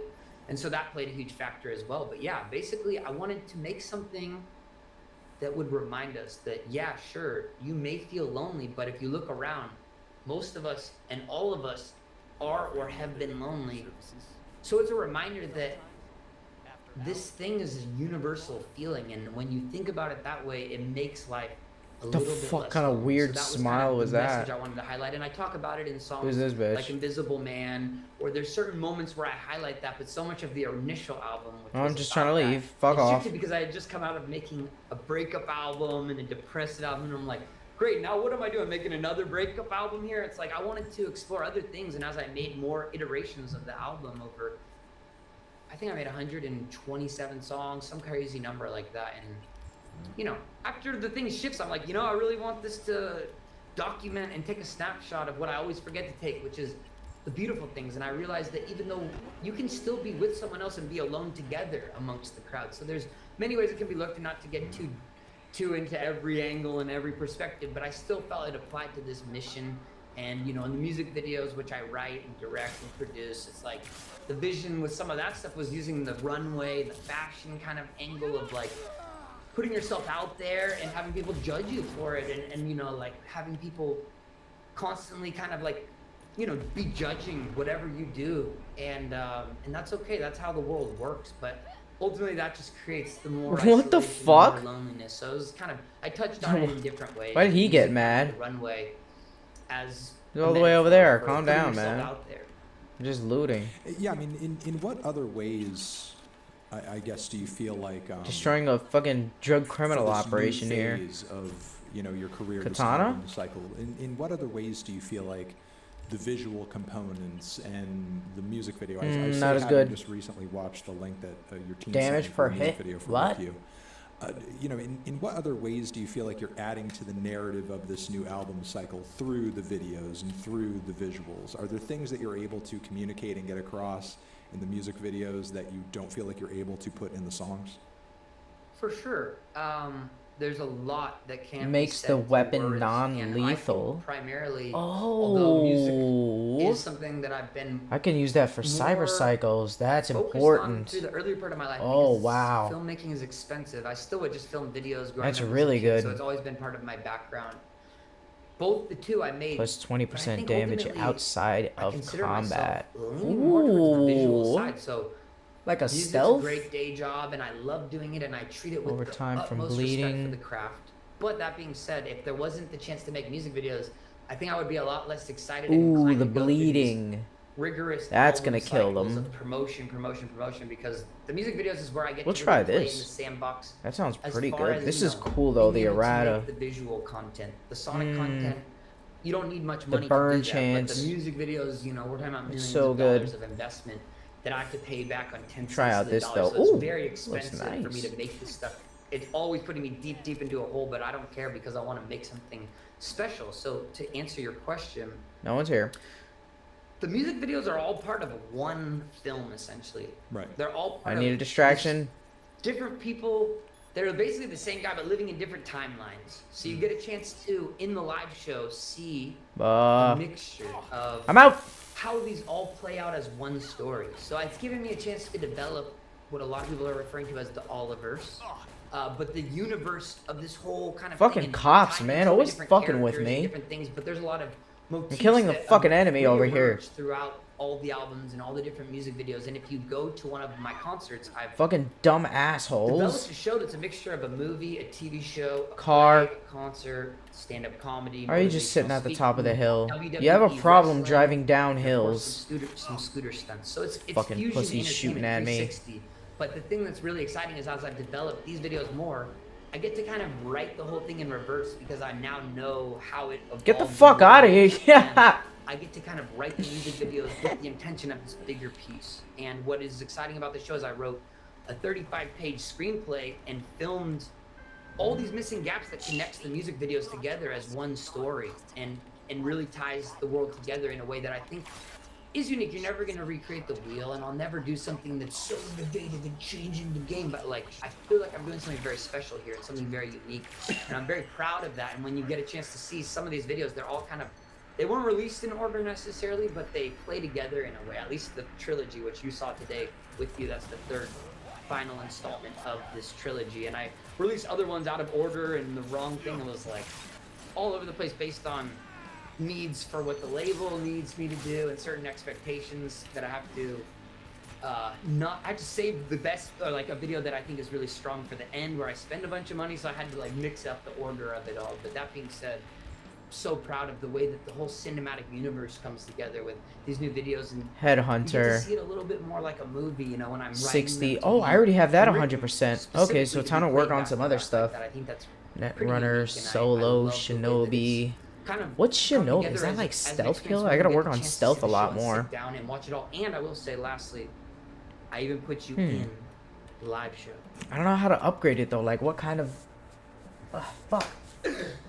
I gave you just a little mini shout out. You gave me a in the show. It just gives the reviews at the beginning, and I put you in there just as to give me an incredibly low review. And it's a tip of the hat because it's all good, it's all love, and it was more inspired by, like you said, the universe that you've been part of, and I've been even part of your little universe, and you've been part of my little universe, and we've both kind of played ways, positive, negative, whatever, weaved in and out of them, and just know that it's with the utmost respect that I give you even a mini little shout out in the show. And it's not, I want you to know, and I can take it out if you don't want that in there, but it's something I thought was fun, you know what I mean, to be like throwing a nod to the Anthony Fart face, you know, and the meme of it, and leaning into it, and just giving kind of, because I put the reviews at the beginning of everyone shredding it, and I'm like, I love playing with that, you know, being more critical of myself even than any critic could be, because ultimately, although I'm the biggest fan of this art that's made to my taste, I'm the biggest critic. You think you want to shred this stuff, you don't think I want to shred it. I'm like, you should see how it's looked in my head. You saw that video. I'm like, this shit looks so bad compared to how it's supposed to look. It looks beautiful still. incredibly proud, but like there's limits on budget, there's limits on timelines, and like yeah, it looks like shit compared to how I seen it. The music sounds like shit compared to how I hear it in my head. So I'm a bigger critic than you could ever even imagine. You know what I mean? Like way more harsh on myself than you could ever be. So I welcome any criticism, and I lean into that being self-deprecative, and I explore that in my art. I wanted to ask you as far as like. Okay, you know, turn off, please. Visual How narratives. about that? In order to destroy them all, going is this, that you it? know, music video series. Like, you know, what made you sort of like, you know, and I'm not talking about sort of the fact that you may have These like, goddamn multiple fucking characters cops, or leave me actors alone. in a piece that are sort of like dressed like you. Obviously, Dumb that's sort of assholes, been, you like, never a get bit of a anything theme done. ongoing for I a always get while. away. But like, you know, what is the specific intent behind having literal multiple Olivers, you know, sort of like in the universe together, where, you know, you have obviously the new and improved kind of Oliver 2.0, 3.0 at this point, where you have the new hairdo, the new coat, the new everything. But then you also have like this smaller miniature version of yourself that you're also sort of like, you know, in cahoots with. Like, you know, what does that sort of like dynamic between multiple yous kind of represent in this, you know, visual universe? Well, can't give too much away because it gets deeper into that through the concerts, and when you see the full show, it makes more sense. But for example, in the song Essence, which I released as the third music video, which was sequentially out of order and actually part of the end of the show of that chapter, you know, like in the song it talks about it, it's like, baby, you're my essence, without you I'm nothing. And instead of that being just, you know, shown purely as a love song, I was talking about it through the character, and I'm, you know, that video specifically is about a character, someone who woke up and chose violence, you know, acted on intrusive thoughts, and karmically at the end kind of let's just say it doesn't play in their favor. You know, the karma comes back to bite them. And there's a lot of different things you could get out of that video, but one of them specifically was he's, you know, referencing, you know, it's like, without you I'm nothing, without Turbo, as he pushes him down. He's like, well, without Turbo there was no Cornelius Cummings, which is the character of the third album, you know. And Okay, Sean we gotta Bravo, still which is go the cowboy down. character. There's all these things where I'm basically giving a chance to connect the dots in the actual movie that you see it in the concert. So you start to see how it all kind of plays together, and I already know how the fifth video is, or the sixth, not video, but album, how it plans out. I can't really give away too much, but it's building blocks to showing a longer, bigger picture that will all intertwine later, you know what I mean? I can't really give away the ideas. So when you say Time to the do some character, stealth. you're not just talking about one singular character who's the same from album to album. You're sort of like embodying a different character, but there's like maybe a series of like visual or aesthetic limitations, or not limitations, but sort of like characteristics that you will carry with you from album cycle to album cycle. Because, you know, as I'm sort of like, you know, watching you kind of evolve into these different phases of your career, you know, artistically and visually, I'm seeing, yes, obviously, you know, things are changing, and, you know, you're presenting yourself in a very different Can I way do than a you were back in melee 2020, drop but kill? also on top of it, it feels like there are elements of the first album cycle that have carried over into the second, and there are elements of the second, in terms of how you look and how you present yourself, that have also carried over into the third, but obviously that's sort of morphed into its own thing. But And nice. it seems almost like, you know, you're snowballing here. It's like, you know, you're picking up and gathering certain things, and, you know, growing larger and growing bigger, while also carrying what sort of brought you to this point with you along the way. Nice. Yeah, that's a good, astute observation. I think ultimately, like I said, I try not to pigeonhole myself or set too many boundaries. But for example, two things that come to mind is, as I'm developing characters and making different looks for each album, I have some very basic rules, and one of them, and that may change at one point, but one of them is bangs and the straight hair like this. So I've been exploring the different options and the various ways of that, and the other is the ski jacket or the turtleneck type of look. And so as I've gotten further on, as I've been able to have more financial support on my creative visions, I get to design the looks myself and be really hands-on with, you know, down to every micro detail. And so as I develop more things and design more looks, I get to kind of play with the limitations of these things, because, you know, I think you could have endless sounds and endless things. There has to be certain levels, certain rules that are set for something to be somewhat cohesive. Like for my music, I have a strict rule that with the styles that I'm exploring, I don't ever want to have the song slowly fade out. Like that seems like an obvious thing in pop space, but it's one of my rules. There's times where people who I collaborate with, they're like, we should make it like that. It's like, no, that's not part of the style. It doesn't fit with the rules I've set. And every rule is meant to be broken, but there's certain ones where I stand firm on. Like for me, every lyric and every melody has to be written by me. That's a firm rule so that I can maintain a semblance of this being Oliver Tree, you know? And I'm not saying there won't be a day where I change things up as far as looks wise. I hope I always stay intact with my vision that, hey, this music was actually written by me. Otherwise, I'm like, who is Oliver Tree? What the hell is he doing here? So I have some strict rules. Like another one is like all the music that I put You're on my welcome. album, I have a hand in producing. Bye. And on this album, Hugs and I produced kisses. some stuff Say hi to your entirely grandma by myself. for me. And I can Bye. make beats. I can do all kinds of stuff. I'm just not particularly Wakako excited by Okada. it because I've spent so many years in my early part of my career before I even really launched the Oliver Tree project, where I just made album after album by myself. And it was an Thank incredibly you for the lonely money. experience. And I found it's much more fun to make music with my best friends than to be sitting by myself in a room messing around. Not that there's anything wrong with that. And I Oh, applaud people fuck. who are fully making every aspect by themselves. God but damn I it. kind of found, hey, I'm not the most Piece of excited shit. by sound design as much anymore. I'm not as excited by beat making. I can still be instrumental in producing without even a computer, even though I can be very hands-on with Ableton and be working on Pro Tools proficiently enough that I can get my vision across. But the traditional term of a producer did not touch a computer. Those before even computers, you know, they were just hands-on with the vision side of things. And so as I went more into the traditional role as a producer and moved away from engineering and having to do fully having my fingers hitting every single key command to short cue and record myself and do everything, as I've gotten further, I said, okay, I want to focus in on certain components that I enjoy more. And beat making is fun, but I lost the love for it. I used to be obsessed with Jay Dilla and obsessed with crate digging and finding one snare from a Madlib song and finding one snare from some Wu-Tang instrumental and chopping it up and making full drum, sorry, I'm drawing a blank right now, but just, you know, making my sound library so intensively, I would spend hours upon hours. And I realized as I got older, I'm like, yeah, maybe that will come another day. But at this point, there's other things I'm more excited by, and not to tangent, but the one thing I will say is this album I'm really proud of because I played 80% of the instruments on it. You know, I feel like, and the thing is, yeah, it's simple stuff. It's not mind-blowing, but it's very hard to make something simple that's good. That's like the challenge with pop music. And the amount I evolved as a guitar player, as a piano player, as a bass player on this album, I'm so proud of, just for my self-growth as a songwriter. And can I say one other thing? Sorry, I'm not really giving much room for you to One speak, more but I wanted to thing, share it. Jackie. So during this process of this album, I went back to One school more thing. and I learned so much. I felt my first time in a while falling in love with learning again, and I went to work with some of the biggest pop producers of our generation. Going back to school for what specifically? Just like art Learned school? to write pop songs. No, Okay. just not the actual school of it, but the school of life. And I went and worked with these top-notch people who have some of the records for some of the biggest pop songs, the most #1 hits, blah blah blah.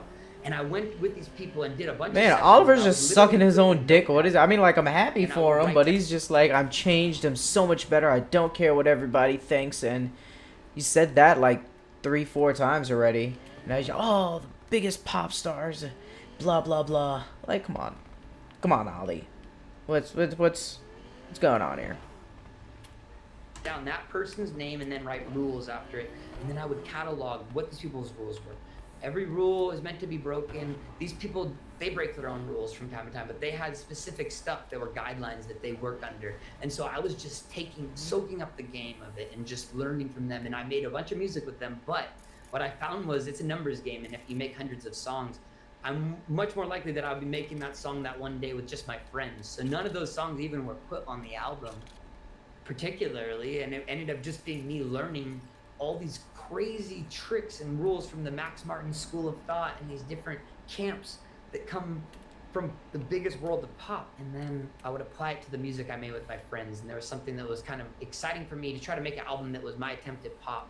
Although it's left of center and it's, you know, you could critique, oh, this music's too short. It's like, well, it's inspired by punk music in that context, and I wanted the songs to be short, and fans would say, oh, this is too short, it sounds the same as the demo, and I'm like, that wasn't the demo, that was a song somebody leaked out illegally. That's not the code, goddammit. I just kept working on the mixes and re-recording things and whatnot. So anyways, not the tangent, but I'm very proud of this record in the side of me as a producer, as a pop songwriter, and as an instrumentalist. These kind of things I take a lot of pride in, and I know that that's not going to change the way people perceive it, because it makes no difference. It's all about the end result. But it was a breakthrough for me, you know, finding the way the dots connected. You talk about collaborating and, you know, working with your friends on the music with this record, you know, but also obviously taking on the lion's share of, like, you know, performing the instrumentation on the LP. Like, you know, to what, you know, who are these people who you've worked with for the bulk of the record, and you know, what exactly, as the process kind of developed, ended up being like their input, or what roles did they play in the creative process of the album? Well, I think really it comes down to one person who's been probably my biggest collaboration, my biggest collaborator from the beginning, and that's Weathen. And during the process of this album, me and Weathen lived together. I only lived in one place for 1 year out of the last 6 years, and that was during COVID. And me and Weathen, we rented a house together. We had a studio there. Me and my friends worked with my dad and built a vocal booth, and we had this setup where we were just recording hundreds of songs. So me and Weathen, like, through that process, then we moved out of the house. We stayed at Airbnbs like a month at a time. Then we like went to Brazil. We went to Miami. We went to a bunch of different places together. And I made music with some other core friends that were just as influential on the stuff that pushed the needle, but maybe didn't make the album. Like my friend Casey Matson, who grew up down the street, and I made songs like Alien Boy with him, and Ahmad Royal as well. We kind of made a sequel to Alien Boy, which is Invisible Man, which is made with the same 3 people, but kind of a new version of It something. is 0-0-0-0. Why didn't it work before? Juke influence type beats, but nonetheless, Weathen at the core was my main collaborator, and the roles that me and him play and why we're such a good collaboration is that we're yin and yang. Weathen is an incredible beat maker. Weathen is an incredible sound designer. Weathen? It's Ethan Klein? I'm not as excited about sound design. I used to be obsessed and do sound collage and record all the sounds in my kitchen and make beats with that, and make instruments and MIDI would be played through sounds that I could find around me. But I found I lost that love for it, and I realized I just want to play the instruments. So Ethan would make some sounds, I would be able to play them. Ethan would be able to make a beat, and I would be able to. All this just for a piece of graffiti? Song around it. So it all right, became nice. Where we both have good opposite shit. strengths, and that collaboration worked well for me because Junk it allowed shop. me to really focus in on the instruments. And other people, like my friend Casey Matson, such a Let's get great some more side instrumentalist, missions. We're gonna a finish up genius this whole virtuoso, island. jazz musician. Might as well But then it's like, okay, flop well, around what I here. found was I kind of wanted to Go to be that playing the reported piano crime. myself, so it ended up not making as much sense Fuck in this around. context of this album. But yeah, those are people that really stand out. And then Jacob, my engineer, who me and him mixed the album together. He's ultimately like the mixer on the album, but I also mixed this stuff as well with them. And we spent 3 months in Brazil finishing this album and recording songs there, and you know, trying to get a little more of a cohesiveness on the sound, even though there's songs made in London and Abbey Road Studios, and there's songs made in, you know, like I said, Miami with other people. It's like, I feel like there's a cohesiveness just with the way that the music's approached, whereas Ugly is Beautiful, I didn't have an engineer, and it was like a nightmare chasing down all these things with different effects and processing and getting the right versions, and it became a headache, and now we've streamlined that process to make it at least a little bit less headache. I wanted to ask you, before maybe I dive into some of the content of the songs from the record that I've heard so far, about sort of like your feelings personally as, I guess, not a director, not a musician or anything like that, but maybe just kind of Homeboy just ran away. What the fuck was that? I feel like the way you kind of came up, you know, with like this involvement in what the and, fuck, kind of dabbling in internet memes and the meme community, and like, you know, what Vine was doing at the time, that has, like, you know, and short form video content in general has like very much evolved into, you know, like what we're now seeing in the TikTok space, YouTube Shorts, and obviously with your millions of followers over there, you're seeing success, you know, in that lane too. And at the time that you were like, you know, blowing up as not just a musician, but somebody who had like, you know, this content that was popping off on Vine too, you know, in the music space, that was kind of a rarity, you know, but like now in the age of TikTok, like being a new artist who is savvy when it comes to short form content and doing, these quick little, hits and internet memes and so on and so forth. Like, TikTok has now become like the foundry for breaking new artists and breaking new talent who I think, whether they're conscious of it or not, are kind of like working off of a rubric that in a way you sort of like paved the way for, given again that internet savvy that you brought to the table. I missed the but also, what crime. you're doing on the musical end too. Like, do you feel any type of way about the way that you sort of like developed your personality and developed, your music brand? Do you feel any type of way about that becoming more and more of the norm? And do you feel like this is kind of like bearing out when it comes to bringing some cool and interesting music to the table? Like, do you see new and intriguing talent in the music space on TikTok on a regular basis when you do happen to be over there? That's a great question. And first of all, thank you The fuck? for acknowledging any mild contributions. I'm not going to say I had any hand in doing any influential stuff as far as developing things. I mean, influence is one thing that we could talk about, but you were definitely like ahead of the curve on it. You know what I mean? And I'm not. Yeah, that's not even the interesting part of it. But I wanted to acknowledge that. So thank you for saying that. But I will say this. The only reason I did that was because I had already spent 10 years of my life working so hard on music and nobody cared. And that was the only thing that I found moved the needle. And that was 6 years ago. So it was a means to an end. I didn't start out being a content creator. I became a content creator after being a musician. Well. To the point that you're making there, I think a lot of young artists are also finding the same thing. How many young artists are out there finding that they're making a successful music career just simply off of making and producing songs and that's it, and doing nothing else? None. Zero. Right? Yeah. And so I mean, they're gravitating to the same thing for the same reasons that you did. Yeah, and now it's even more hard to cut through the noise because it's so oversaturated, and it already was oversaturated then. You could always probably argue that ever since there's been a music industry after the first 10 years, it's probably been oversaturated, just various different ways that it was consumed. But sure. Main point being, get the fuck out of here. And then not that I feel like I had any negative influence, but I think it was already going there regardless. That's why I was a means to an end. But like, for example, I have so much love for making music videos, and now I feel like a music video is dead. I think that this With You video is likely going to be the last music video I ever make, at least one on this scale, because nobody's consuming content that way. They want to just see a cell phone video. The fuck are you assholes doing? Video, like give me your whatever loot. it is. They don't want to see the fuck was that? Piece of production. Give me your fucking loot, please. Like what I love doing so much, it's kind of almost become extinct. We can't loot them while they're in the car. The music video as we see it now is obsolete, and it's a shame that it's reached this point because I consider myself a music video artist, but like it's dead, bro. It's over. Like it seems like, and I'm hoping this is all gonna be something that shifts, and we're always changing climates, but as it seems now, we're living in the short form, and we thought music videos was the short form. Obviously, albums are like completely pointless in another context. That's another conversation for another time, but like, I'm kind of bummed on it all, to tell you the truth, because I don't want to sit around having to be filming TikToks as a 30-year-old man. But the thing is, the labels are obsolete. They don't know what to do. They're just like post TikToks, and so the whole thing is so like archaic now.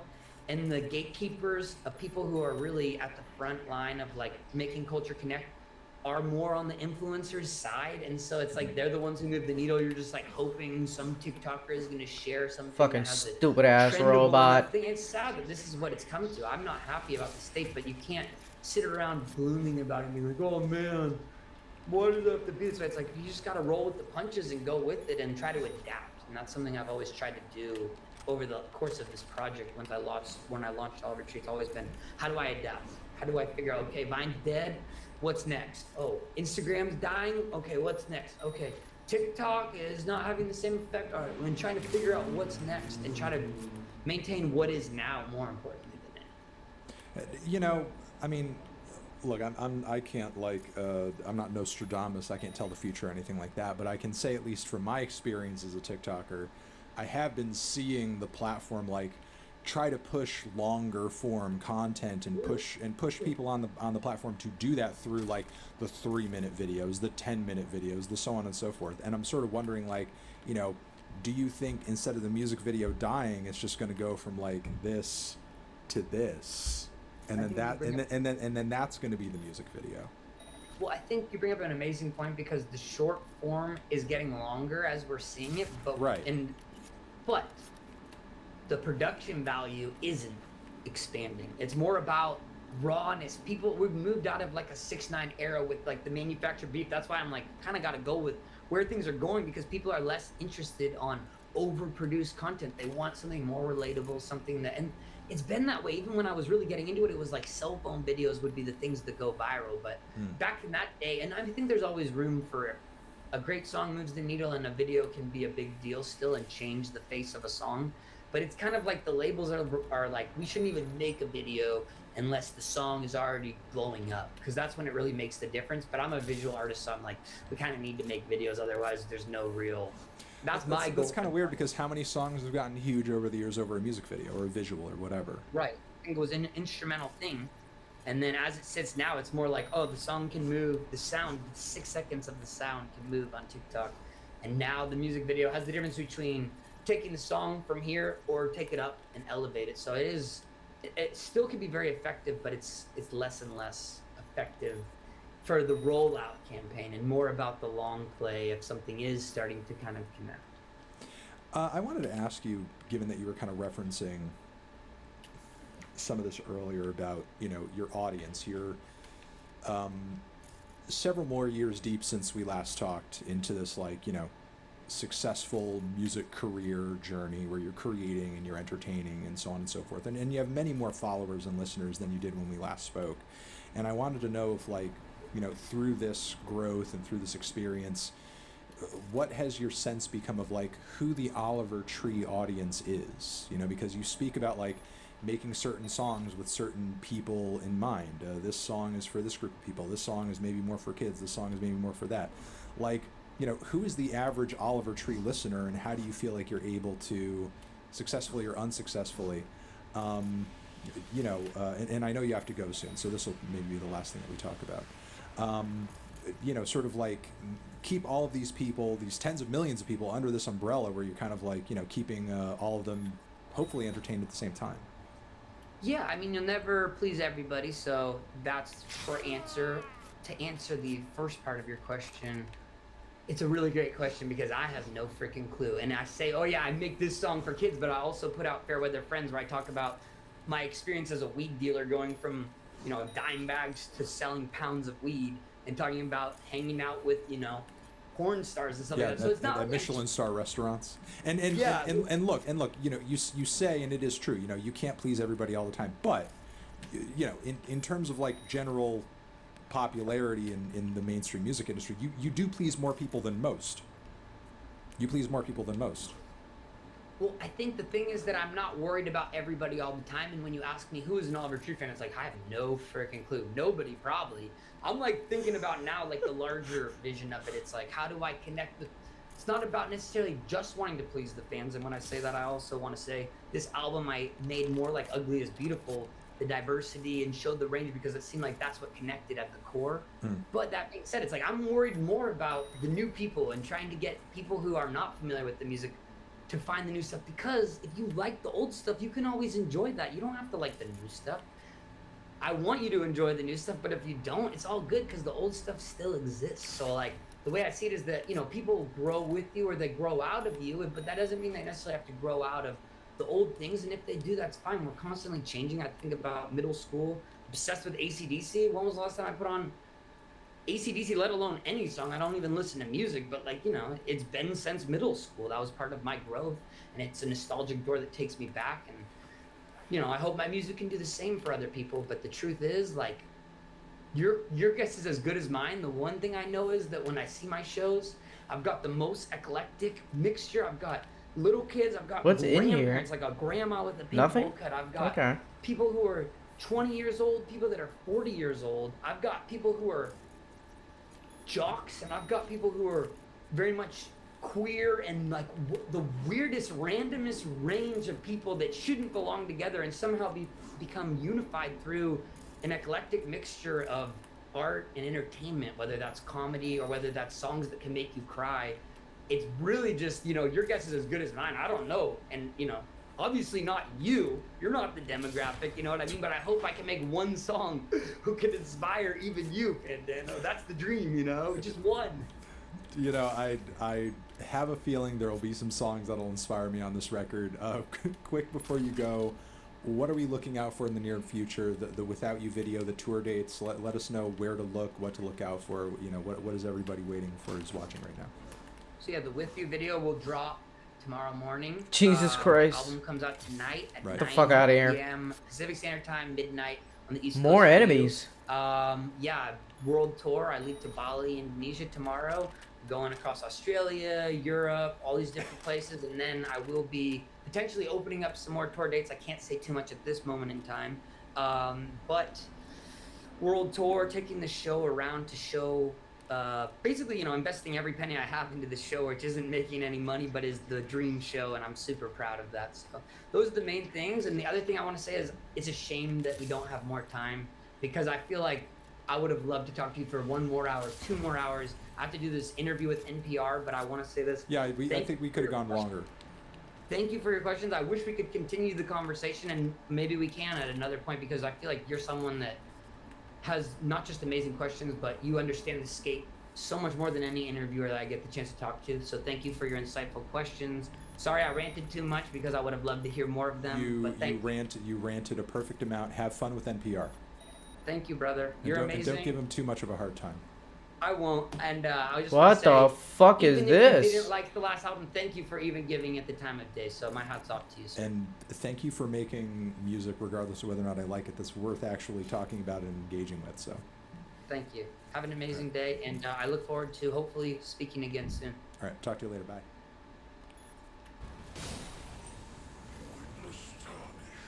All right, dude. Sick. Okay, let's just let it port us somewhere, see if it's somewhere important. I don't really have the spare weapons at this point. I got Golden Halberd. Where in Nokron? Oh my god, I actually am close to a remembrance boss here, dude. This seems like a good use for Coded Sword. I'm gonna light Ancestral Woods. We're gonna level Let Coded him Sword. chill out. We're gonna kill What up, the kitty? demon deer. Unless I do like Catch Flame. Maybe this is what I use Catch Flame on.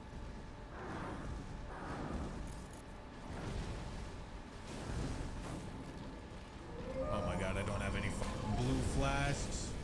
You goddamn moron. That's not enough blue. Dude.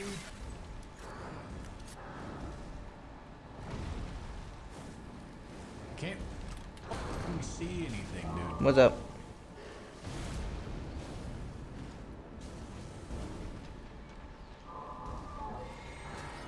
He gets the heal off, dude.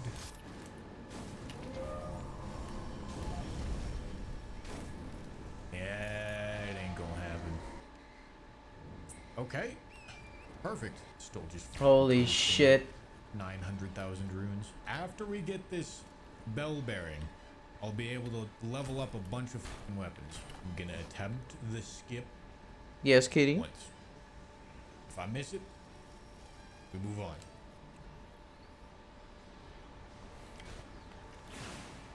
Alright, alright. Very important bell bearing.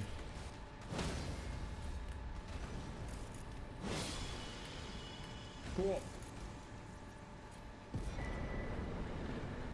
How many do I need? 8? 8 is over assuming. I think like 6 is fine. Okay. Get him to +9. Alright, let me see if I can skip past him. 10 yet. Ooh! Where the fuck is this guy up here? Almost all the stones that I need. Can I get to Placidus X from here? That seems like a bit of a long jog. Oh, he almost caught me. I don't think so, dude. I think I get these other stats to 20. Seems like a decent idea. I wonder if I could hijack the bot. Arcane doesn't need it. What am I going to use on Melania? I guess that should absolutely be a question that I'm asking. So we're planning on this being final boss. Coded Sword probably needs to get used on deer, to be 100% honest. I have no idea what the f else I would use it on. This is. All right, maybe. Maybe I use golden. What's the halberd weak for it. spot? Maybe I use catch flame for it. No, I'm not big enough, committed to mage enough to do catch flame. Stop splooging, man. We'll try golden halberd. I think it'll work okay. All right. Under 4 minutes to kill Melania. We can do it. We can do it. I'm gonna explode him with a bunch of shit and weaken him for a stealth kill. Hey, where's my stance break, bro? Go ahead, bro. Check it out.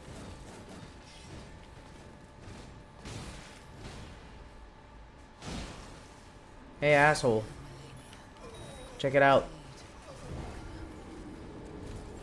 Yeah, I don't think this weapon is great for killing Melania quickly.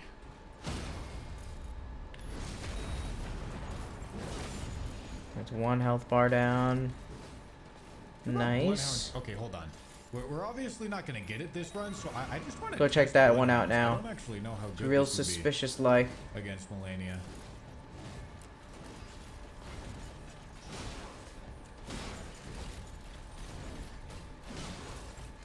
I mean, it's got quick rolling R1s. Okay. I mean, it's probably not a bad idea. Okay. Okay, hold on. Don't spawn in fucking face over there. Okay, maybe do spawn in face. Rivers of Blood is kind of cool.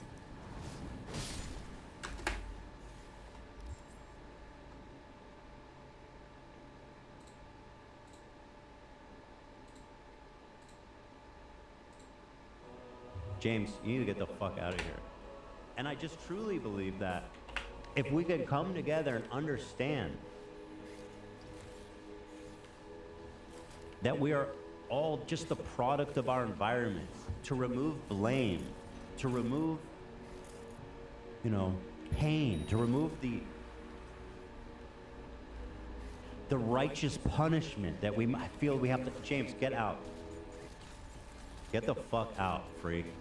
If we could just remove that aspect. That's something that I can't turn off. Hi, sisters. What is this, Cameron? What? Why does this exist? I didn't do that one. I just found that online. I What? love what I'm Who seeing. made that? I don't know. I just looked at James Charles Angel. I'm gonna get that tattooed on my inner forearm. Why did you make this? Hello, James. So is he dead? He's transcended. He's in space. He's in sister heaven. Tugging on his hoodie strings. Oh no! All right. Another thing. Oh. So he's not dead? All right, he's not. Hello.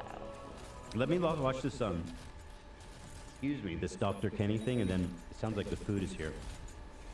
So let's see what's up with our boy Kenny. So you want some fucking teeth? You want some fucking teeth? Let's see. Man, this guy's life has got to be being ruined right now, right? Like, there's no shot.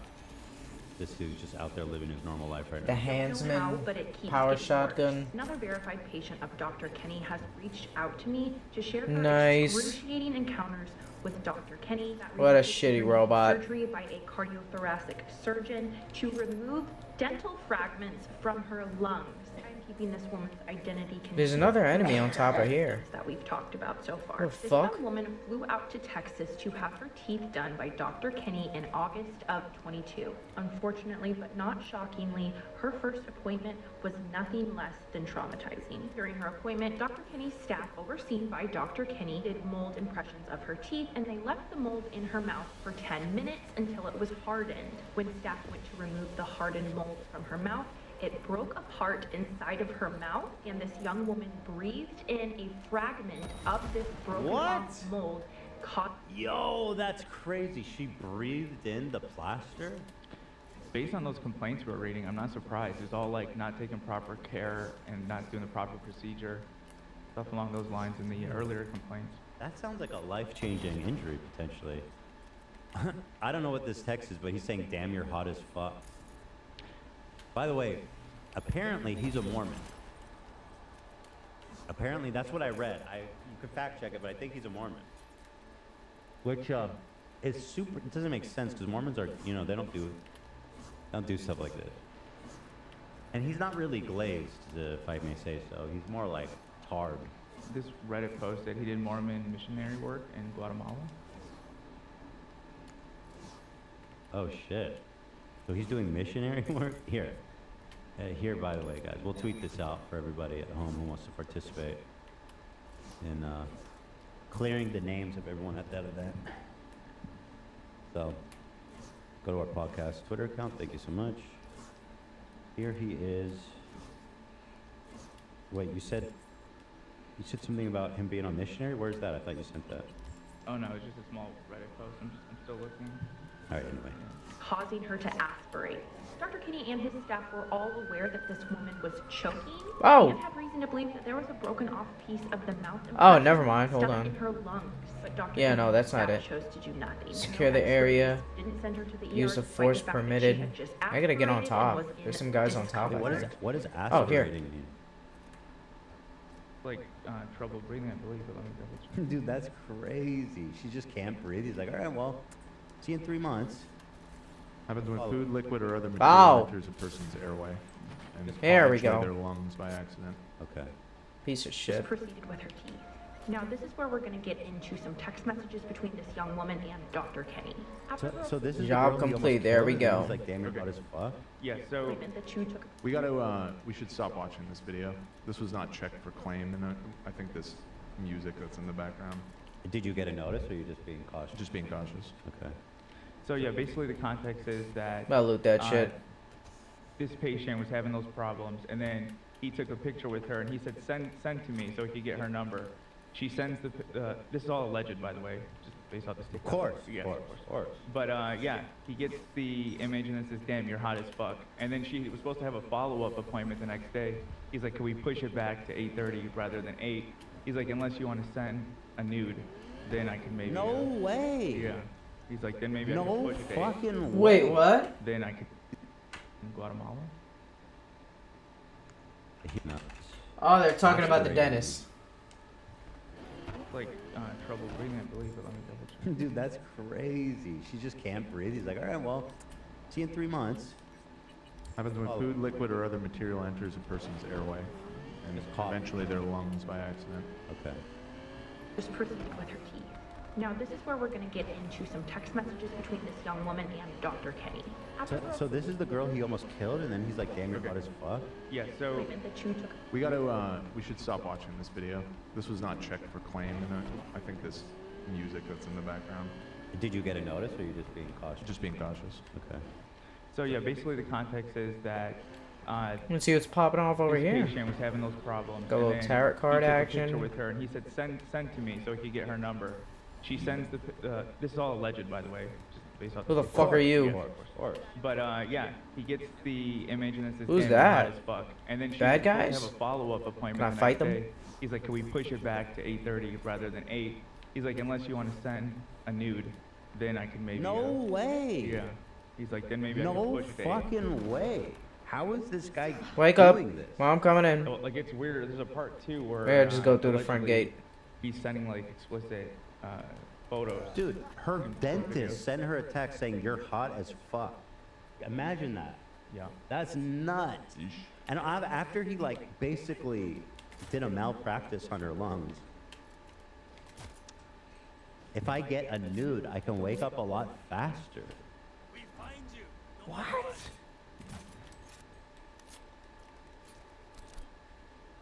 I'm speechless. Dumb assholes. Upset, Zach. Why? I think he was like under the assumption that he was definitively coming out for the live show. I mean, he's welcome to come. I just don't know what's the format of the show. We haven't really started to plan it yet. So obviously one of his people on his crew texted him and said the date, which is public. And he's like, okay, so not sure on me. Okay, let me know. I don't want to come if I'm not on. I'm Okay. coming just for you. So just let me know. I have to plan. He doesn't sound upset. He just, that's I okay. know. He wants to plan. I think he's upset. You think he's upset? He got that info really fast. Yeah. So here's part 2. I don't know if this one has the same music. I just checked that one as well. It appears to be okay. Okay, thank you. While this young woman was waiting for her permanent teeth to be done, she obviously flew back home. And throughout this time, Dr. Kinney was sending her unsolicited videos of his manhood and just weird videos in general. And I'm going to show you some of the weird videos. No! Well, hold on. Why is he in jail? Like, he seems to be doing this to so many people. It's actually, I mean, it's so sad that, I mean, think about it. That this guy, so brazen, so disgusting, he's gotten away with this for so long. This is how hard it is to catch these people. Because, like, there's no reason this dude should not be in jail right now. Dude, thank God for TikTok and shit. Like, there's no way this would be picked up by, like, mainstream shit. That's true, huh? Yeah. Like, people like this will not be able to do shit like this. Or, I mean, I'm sure they will, but it's gonna be, they're gonna be caught way easier. That's a really good point. Yeah.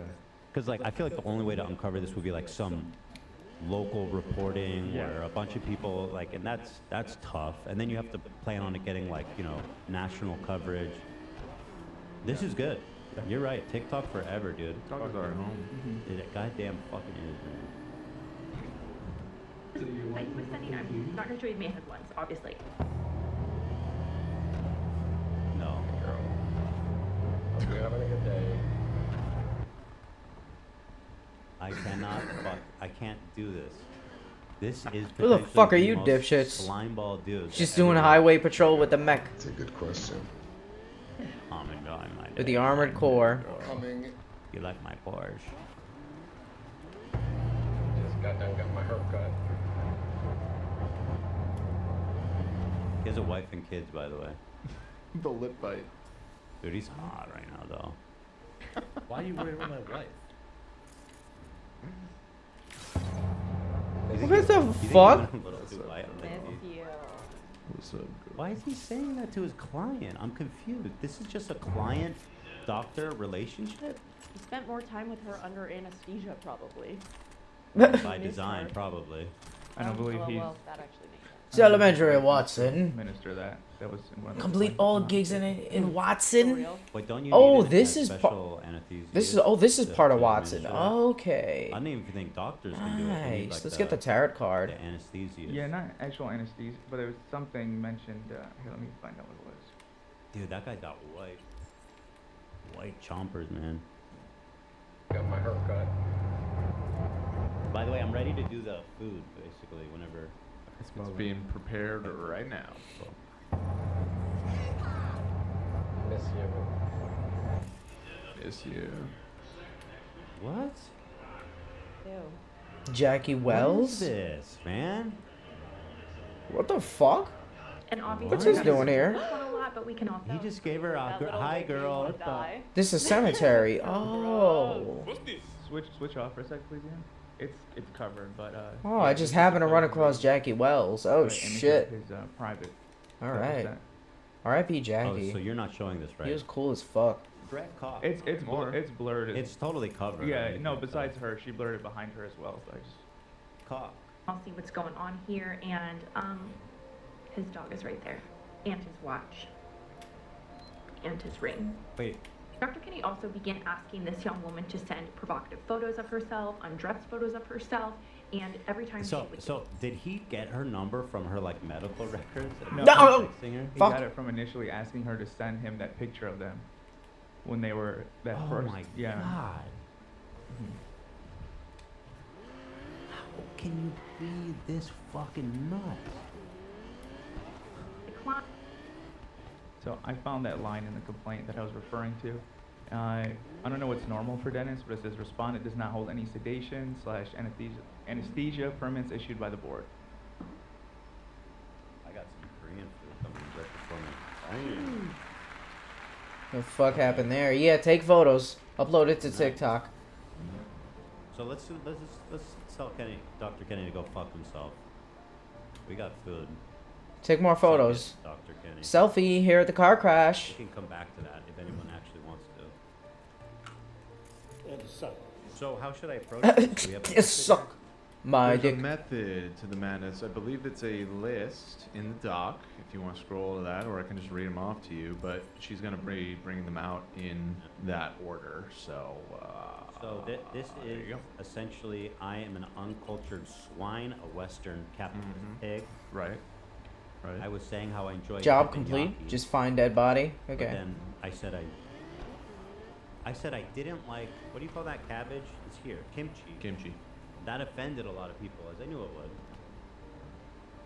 And people said, "Oh, you didn't like kimchi? Then you have to try every Korean food." Here's the thing. When I was accused of being a sick Western freak. Ethan needs to try more Korean food. I was dying listening to the conversation about bulgogi. Love was saying it so well. Damn it, This Lou! conversation was Lou! so good. Say it, Love. Bulgogi. Bulgogi. What's so good about the way you say it? Bulgogi. Bulgogi. Bulgogi. Bulgogi. Bulgogi. Bulgogi. Korean food is so much more than Korean barbecue, and there's so many dishes sans fish flavor. Okay, so that's good. They were thinking of me because I don't like the fish. So many good Bitch, fried back up. meat-based dishes which pair very well with kimchi specifically. So much to enjoy and I want to be enlightened. Okay, so this one just goes out to you. Okay, Rip. Okay, Rip, 8519. So Sam, should I start or wait? I see you. Go right ahead. Getting. I don't think there's anything in here that I can eat, to be honest. Really? Because this looks like a potato. The potato is so good. Okay, so this is galbi, Korean style short rib. And I mean, clearly, who's not gonna like this, right? Look at that. I gave you little side dishes, but don't try the kimchi yet because that's one of the dishes. Thank you. Gotta have them ribs. I mean, it's like teriyaki. Man, the sound bites. It's tender. It's fatty. And dick too. It's all happy. I don't think it needs salt. Fuck. Pretty well seasoned.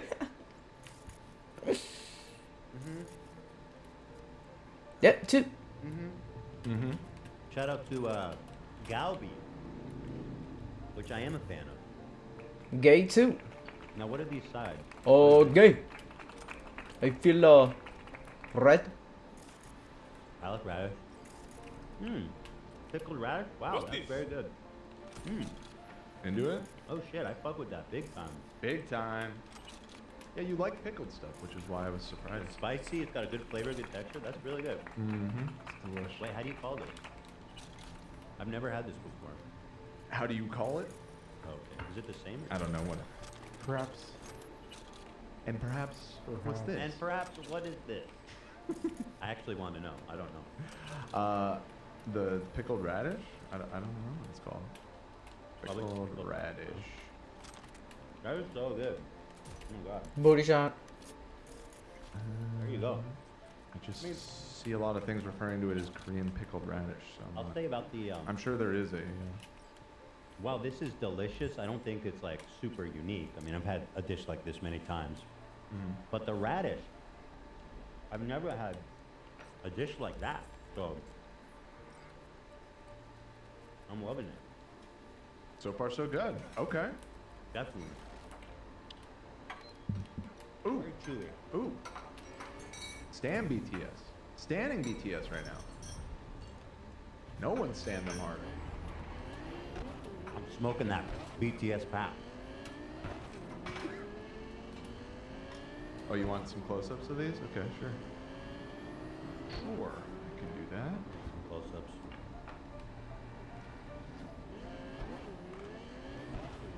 This might be one of the best vegetable dishes I've had, man. I truly love this radish dish.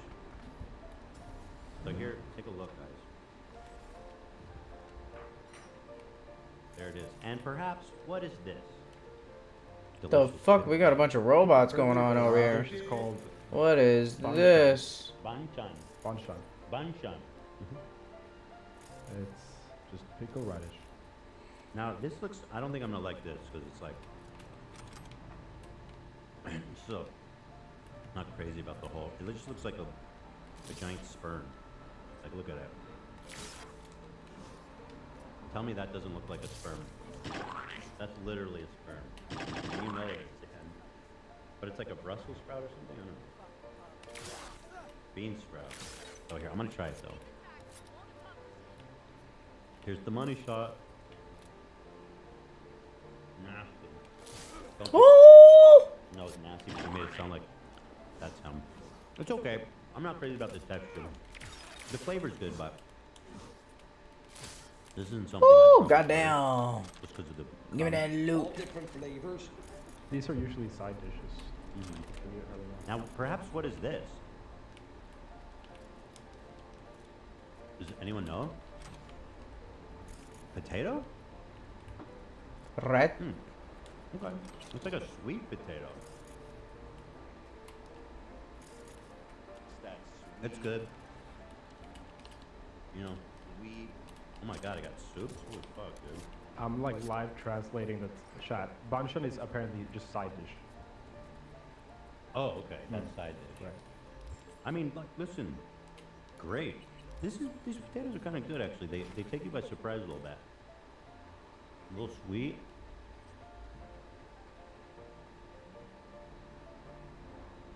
It's a journey. I'm kind of laughing. I mean, I keep going back for another bite.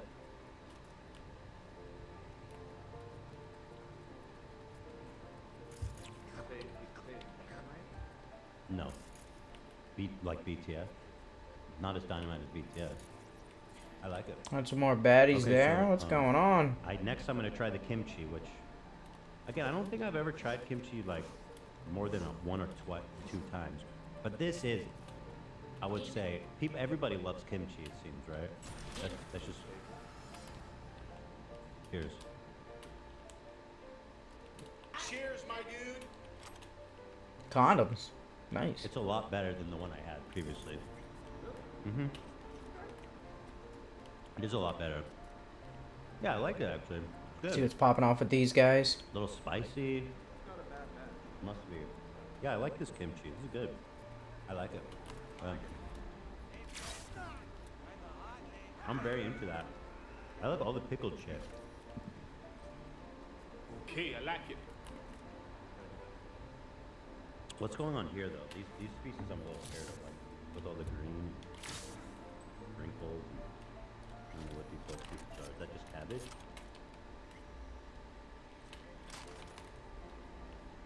Okay. Very good. Kimchi jjigae? Is that the soup? So wait, what is kimchi? What is kimchi? Yeah, that was weird. Is it now? It's just a soup with kimchi in it. Sure. Take a look at this. This is everybody's favorite kimchi jigsaw.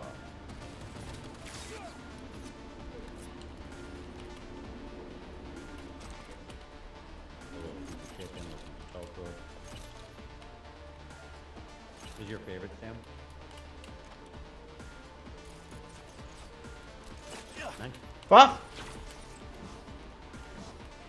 Let me try some of the kimchi. I like this thing. This is the best thing we've ever done. Everybody just What sat the and they watched fuck the is video. all We didn't this? even get to participate. Oh, Dan said there's a bunch in the kitchen. It's just got a. I think that was a glitch, a bug. It's got a shitload of weapons all in one pile. What the fuck? Fermented vegetables. Does that mean there's alcohol in it? Usually cabbage. Cam? Excuse me. What happened? Sorry, he just started screaming camp. Sorry, he was going to grab food. You're going to grab the food? You're trying to stop him. Zach got him. I gotta say, this might sound crazy to some of y'all, but this pickled radish is like my favorite thing. I am dying for this pickled radish. I would do anything for this. Stunning. Okay, moving on to this. This is it. This is bulgogi. Oh my god. Here it is. But what's bulgogi about this? It's meat. Not this most appetizing, like, appearance-wise. I feel that. I feel that. It does. I feel that big time. Totally. The gogi is fine. It's the same exact flavor as the galbi. Which is that sweet teriyaki, but it's good.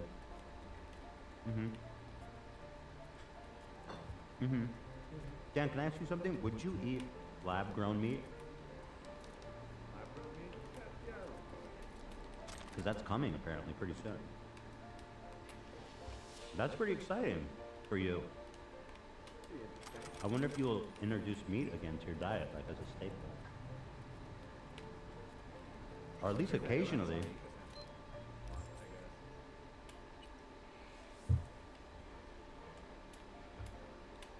Okay. Bulgogi. Very good. So, that was the bulgogi. Geez, there's a lot of food here. I'm full already, kind of.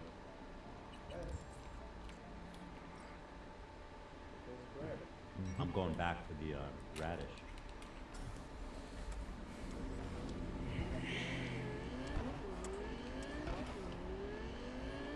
The literal translation of bulgogi is fire meat. Fire meat? According Okay, to this this is one fancy. random website. Am I crazy? It's like a little squid. This is the glass noodle. Noodles made from starch. Oh, come on, AB. Just one bite. Come on, dude. Come on, let me have this. Come on, dude. Don't, come on, man. Aw. Jeez. Cameron, you know you're not supposed to eat, dude.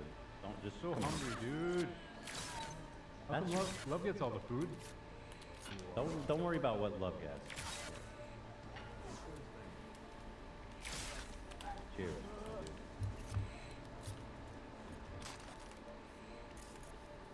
How am I supposed to eat these? Just like this? I mean, it's totally flavorless. Am I supposed to dip it? Am I supposed to do something with these? I know a lot of glass noodles usually comes in like a soup with bulgogi sometimes. It just it's like the most flavorless thing I've ever eaten in my life. It's fine. I'll dip it into the soup and see what happens. It's not the best noodle in the world. You know, I think we had it pretty good figured out at Flour. And rice, frankly, too. You know, no need to reinvent the wheel with the starch, whatever the fuck that means. What does that mean, rice water?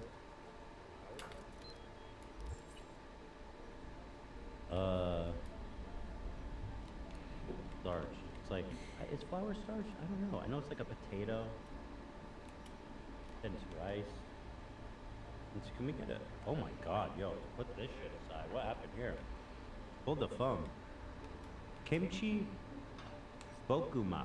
Ooh, the coordinates So for if you don't like Reno. kimchi, Okay, right? hold on, I'm coming there. Because that seems like pretty important. Yo, this looks good though. Oh, it's like a kimchi rice? Kimchi fried rice. Let's fucking do this right now, dude. Okay, I guess I'm supposed to poke that. I don't have the best chopstick skills. for Damn, this that shit looks good. high level stuff, potentially. I'm not. Okay.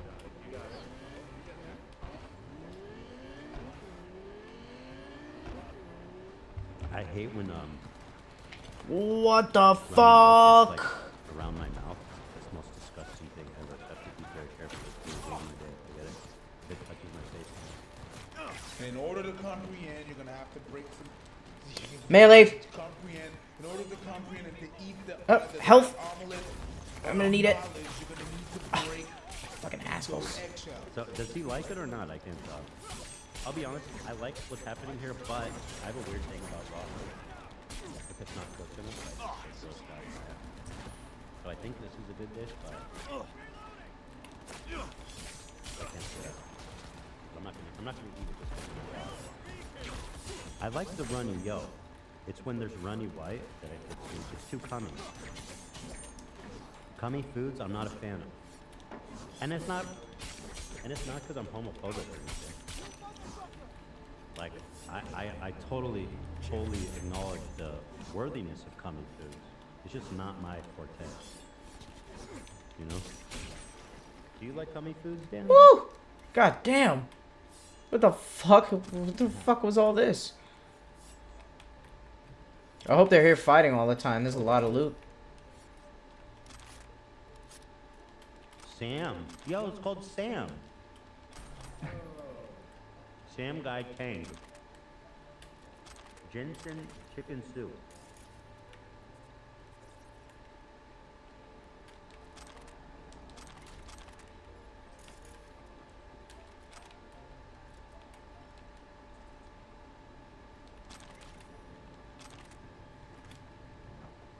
Come on. Alright. Sam Ki Tang, a traditional Korean soup typically eaten in the summer. Chicken stuffed with rice, ginseng root, and garlic and broth. That sounds terrific. Cheers. Oh, that's good. That's very good. Cheers, my dude. That flavor is delicious. Kami? Well, here, let's take a look. I mean, it's the white broth looks a little cummy, but when you take a look at it, it's a little cummy. But that's okay. See? I mean, Cops, you that's didn't see okay. that shit down there? You know, we found a cummy one. Oh. Chicken, soft, tender. Cummy. That broth is delicious. We love this broth, don't we, folks? This is the Sam Guy Tang.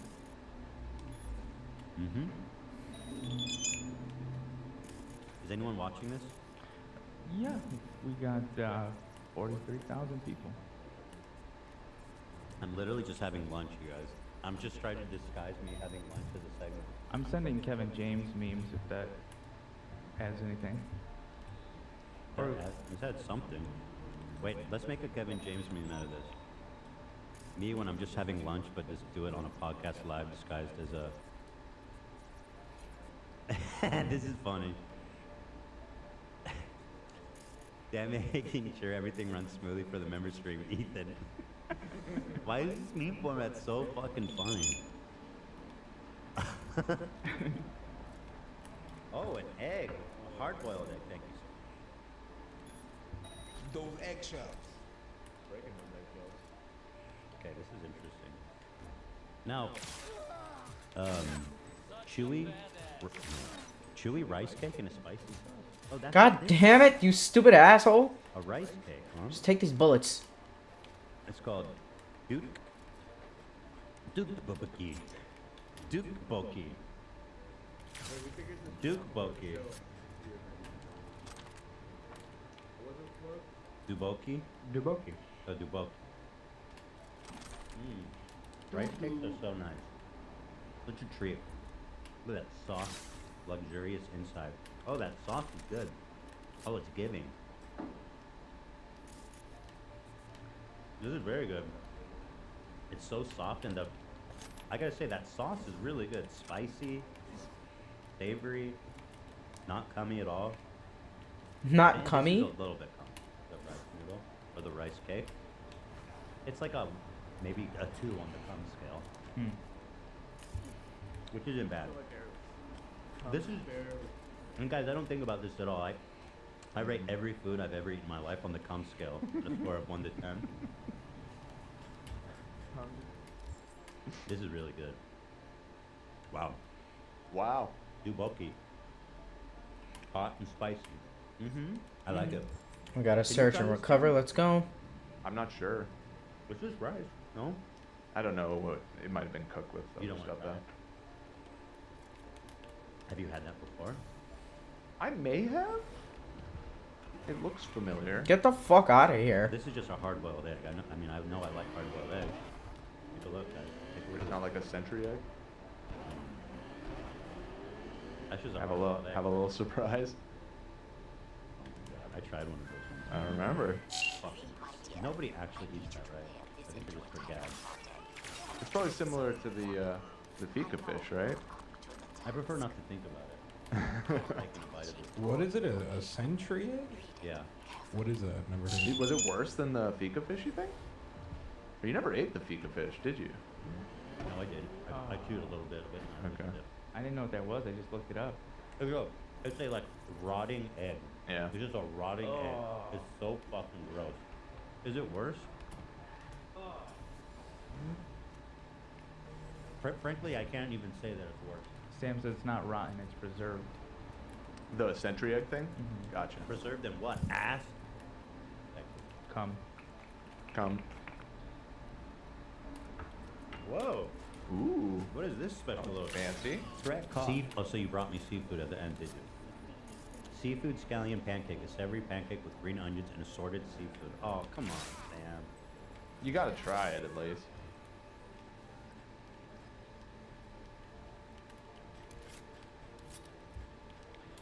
You gonna be a big baby about it right now? I'm gonna try it. Not a lot of enthusiasm though. I don't like this idea of assorted seafood. It's like, how assorted are we talking? I'm gonna do it. Like I like fish. Like what the fuck is this? Like I don't even know what the fuck this is. Looks like an oyster. And it's raw looking in the middle. I don't like this. This is weird. It's like an alien. Would you rate that on the cummy scale? Probably a 3. Still only 3? I mean, it's pretty solid, yeah. It's a 3. You're the expert. I'm cool at eating anything like a 4 under. Right. I can't try this. I'm sorry. Really? I don't know what's in Try it, dude. I don't know what's in it. You don't know what's in a lot of your food. Do you eat hot dogs? That's assorted Well, meat. I know what's in the hot dog. I mean, I don't know exactly. Well, you can get an idea. There's probably... It's beef. Yeah, this probably has various crustaceans. Various crustaceans. I care too much about the ocean, Dan. Okay. That's why I don't. I'm not... Yeah, sure. I want to... I shouldn't be encouraging you. I mean, this is just a piece off the top, which looks like lobster or crab or something. That's what Caleb meant when he said bring up the whole ocean. They chat. A lot of people say they like the century egg. No. Nobody does. I swear, I'm seeing a lot of They're people just say. saying that. Oh, I don't like seafood, man.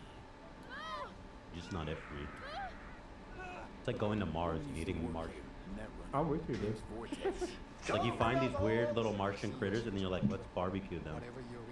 And then maybe they taste good. So weird though. Century egg. What you'll find if you don't start talking. I truly don't believe that anybody likes this. I think that's got me spooked. Ugh, just looking at it. You shout a thing. Look at this I shit, shoot dude. The place up. Starting with you. Look at this fucking shit. 1,000-year-old egg. Fine, actually. No. That's what they call it, the century egg. Yeah. You're saying Americans don't have century eggs. Okay, I respect this. We have a lot from China. Century eggs taste good. You guys should give it a taste. Just try it. Oh my god, dude. But you know, it's very interesting looking if you don't think about it as food. Like iridescent almost. the thing is like, and I know it's just a cultural thing, so I'm not judging. I just know it's not something that I am used to seeing. But they eat the eggs with the baby chicks inside. You know about that? They take the baby chick right before it hatches, and then they fucking cook it, and then eat it out of the egg. I just made a poll in chat if anyone likes century eggs, and 79% so far say no. Dude, those 1 in 5 of our audience members are down with these. That seems they're just not possible. I agree. Dude, I'm sorry. In hot weather, it takes 10 days or so. Oh, that's not bad. That's quick. It's faster than Swiss. 10 days? That's quick, yeah, man. Swiss trimming probably in there for a couple of years. You can get it to look like that in 10 days. They even cook it, huh? Or they just cook in the sludge. Yeah, we like to cake it in raw sewage. Get some cigarette ash in there. That stick needs some Viagra, dude. He needed to tap that thing. That thing was hanging on for dear life. Man. Oh, interesting. She says, this is a special occasion food for like weddings and... See, that's what I meant by like with the Sundströmen. It's I No, think but they like it. It's like a special treat. Well, Love always said that the boomers claim they Oh, yeah. like the Sumstromen. They fuck with it, yeah. You keep changing it up. You say nobody actually eats this shit, and now you're saying boomers love it. Yeah, old fucks. No, he was consistently always said older people in Sweden. Yeah, old ate it. people like it. And also, How old are we talking? 60 plus. Your dad like it? Nah. Is it too young? That's probably Gen Yeah. X. You said it was like northern Swedish specific too, right? Like most of the people. in So we eat it like during holidays, like This summer. That's mostly it. final one is the And it's like a stir-fried squid. It's like a whole process, right? Like the way of preparing it. You guys take it outside and everything. Yeah. Yeah. Can I show you? Look at this poor little squid. This man was just loving life, lived, loved, learning his life. And I know I'm being a hypocrite because I eat animals, but it's easier for me to eat the animal because it doesn't look like an animal when I eat it. I need my You need that layer. You need that layer of separation. Yeah. Right. But look at this sweet little squid. He was loving his life. He was probably chilling with his mom and dad. And then, what's this? A net? A giant net come to swoop me away from my family and throw me in boiled oil so some fat fucking idiot can talk shit about my dumb severed limb on a podcast. He deserved better. It's probably grown on a farm, to be honest. Probably farmed it. There's almost no shot it was wild. Gooch Family Farms. I'm not gonna try it. I'm sorry. It's just, You want me to take a little bite? you take a bite. I mean, I don't eat that anymore. When I was a kid, I loved seafood. I used to eat lots of seafood. Really? I like squid and octopus and all that stuff. But fish don't have feelings, so you should be able to eat fish. Yes, what Kitty. Kurt said. What do you want? You want to be I know annoying? I don't like squid, so what's the point? You want to sit? Overall, really What's nice. up? I'll say this. You're into it. My favorites are this. Dude, number one. I know. I know. Goddamn pickled special. radish is insane. I know. I have the best hands. Insane. The number one podcast. The All, number you know, one. all the beefs were good. This Chef's ginseng knife, I'll chicken put that in soup was very storage. good. Shout out to Sam on Sam. The soups were very good. Overall, it was a nice time. I had a nice time over here during my lunch break. So thank you.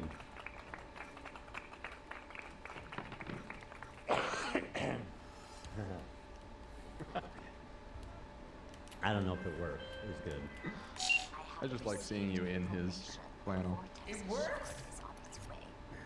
Do we have more of those? Because I could just look at these memes all day. Man. Fuck me. Yeah. Stupid fucking cops. We could just pull up Kevin James on Google Images and just I mean, giggle. I'm not even sure what's the joke, but I fuck with it. He's the Zordon. Zordon, yeah, he's Zordon. But did Zordon fuck with the Rangers? I'm not familiar with the lore. No, he's kind of their leader in a way, a spiritual leader. Kevin James faces in a when he sense. fuck something up, right? This one is just like he's just sheepish, you know. He's just like, did I do that? It's funny though. Here's my new tattoo idea. Thank you to Bunny Boy. Hi, sisters. Apparently, the Kevin James meme has become self-aware. Like, I guess he's using it to gain promote his consciousness. No. Like Kevin Wait. James himself. Hold on. I think it reached its apex in what we saw yesterday. Yeah. He tweeted out the sound of. I gotta pull that one up. Yeah, I need that. That closed the case on Kevin James memes. I'm glad you appreciated that one as much as me. I was dying. The more I looked at it, the more. It just it hits on all cylinders, you know. When I was like, wait, Kevin James tweeted. Get the fuck out of here, you stupid assholes. You guys gotta look. I just shot your car. Leave me alone. Kevin James, this is a quote tweet of Kevin James tweeting out, check out my friend's new movie, The Sound of Freedom. Now this is the right-wing griftathon movie about trafficking, and then it turns out the creator, I mean, I don't know if it's his friend he's talking about, but a few of the top guys involved ended up being like a straight predator, dude. Yeah. With Yeah. kids? Or like One of them, it was with an underage girl, yeah. The other one, they were of age, but he was still taking advantage of people. So then, here's the perfect meme. Check out my friend's new movie, The Sound of Get Freedom. the fuck out of here. They aren't any pedophiles involved in making of it, right? It's Kevin James. That's literally him. Oh shit. That's crazy. Why did you tweet that movie out, Kevin? Crazy. The Sound of Freedom. They aren't any pedophiles involved in making of it, right? It's Kevin James. That's literally him. Oh shit. That's crazy. The Why sound did of you tweet that pedos. movie out, Kevin? Yeah, he didn't specify what friends. Maybe, you know, a friend of his had a minor role or something. My friends Give him the benefit of the doubt here. I mean, maybe Rob Schneider. Guys, could be there's a part. disturbing image of Adam Sandler circulating. Rob He's Schneider. now pinpointed two of his closest friends are like Scratching MAGA his freaks. dick.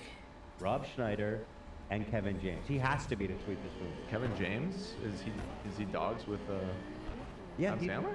Yeah, Chuck and Larry, dude. They're Paul Blart are all Sandler films. Oh, okay. Yeah. Here's a screenshot from one of his latest. Oh shit. We love her. And we hope she rests in peace now. She's in better place. Shut the fuck up, Wakako. Like, she's alive still. Wait. Oh. Where's my reward? Reno, where you So, at? Like, if he's What up? keeping Rob Schneider and Kevin James, there's a good chance that Adams is going to be a MAGA dude. What? Could be, yeah. Real quick. Defeat just got a Reno. $100 What? super chat. So can I get a super chat from my good pal Dan Bunchuck in the Small Pecker Society as we embark on our annual retreat, and then also my girlfriend spreads century egg on toast. Not that I agree. That's. Is she Chinese or is that just like some shit she got into? She might be, or maybe she just really got into it. Is the live chat off? Damn. Is the what? Is the live chat off? Maybe my page just bugged Talk to out. Reno. Yeah, I'm here. Wait, what Sandler photo are you talking I'm here, bitch. Well, we know he's friends with Rob Schneider. Like, right? best friends, yeah. Okay, and we know he's friends with Kevin James. Right. And we know he performed at the RNC convention in 2004. That's news to me.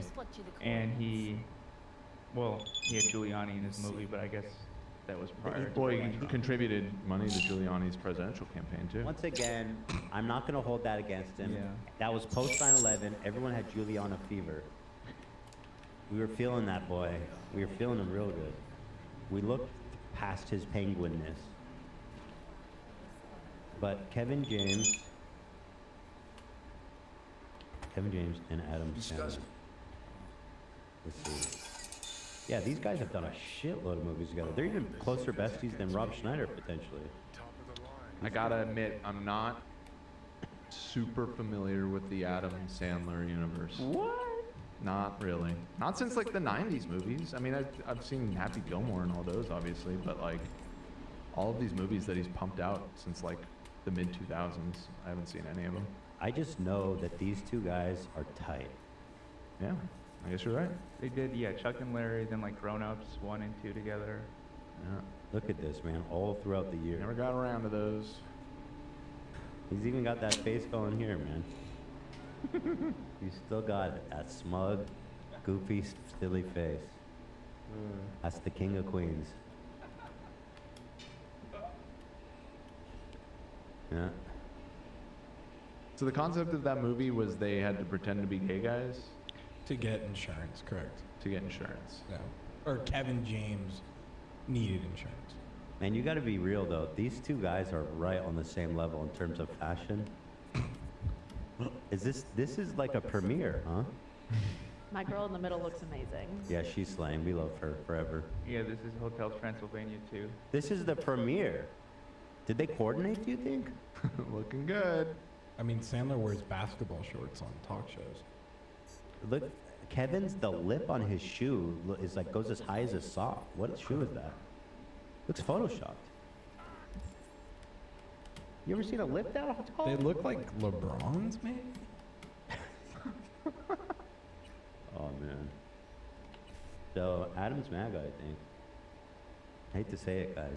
I think Adam hates gay people. Oh fuck! I fucked it up. That maybe I took that too far. Maybe that's not true. Oh, isn't he also a conservative? Terry Crews? He's also kind of like a I don't think so. a bootstrap dude, I think. I think he is. I remember that kind of came out recently. Let me see. Terry Crews. He got in like some hot water for saying some. Oh, he. Johnny, I don't want to fucking talk to you, man. Get the fuck out of here. He said something about defeating white supremacy without white people. Something about taking on white supremacy is creating black supremacy. Some really weird premise. Here it is. Speaking out against Black Lives Matter, I guess. 55 Defeating white 1C supremacy without white people FFBD. creates black supremacy. Equality is the truth. Do you understand that? I guess he's saying without, incorporating white allies into the fight for black liberation, you instead create black supremacy, which he is opposed to. That's my interpretation of that. White supremacy without white people. Well, of course we're defeating white supremacy. Without, or wait, no. Okay. This does not seem very like MAGA to me. I don't know. I can see why he got so. Let's flack go. for it, I think Terry's Terry's all right. We're gonna give him the pass. Return of I see Knicks. somebody say Terry is cringe. So we didn't consider that angle, which is more important. You think he's cringe? I always thought he was. I like this whole stick. I don't know. Terry Crews, I can't say I'm super. She familiar got with 8 you. gigs for me. Yeah, the gigs here are pretty tight in this city. Never watched Brooklyn Nine-Nine. A lot of That's so enemies to sad. kill. I know people love I it. fuck with that. I Let's think go I to tried Knicks. to give it a shot once and it didn't really hook me. So apologies. I know it's got some diehard fans out there. You're not a 9-9 head. I'm not a 9-9 head. Oh, listen to this quote. Listen to this quote. Terry Crews says, "I don't have any political affiliation, but for the record, MLK was a Republican." Yeah, that was 2011. That's an interesting What? quote. Yeah.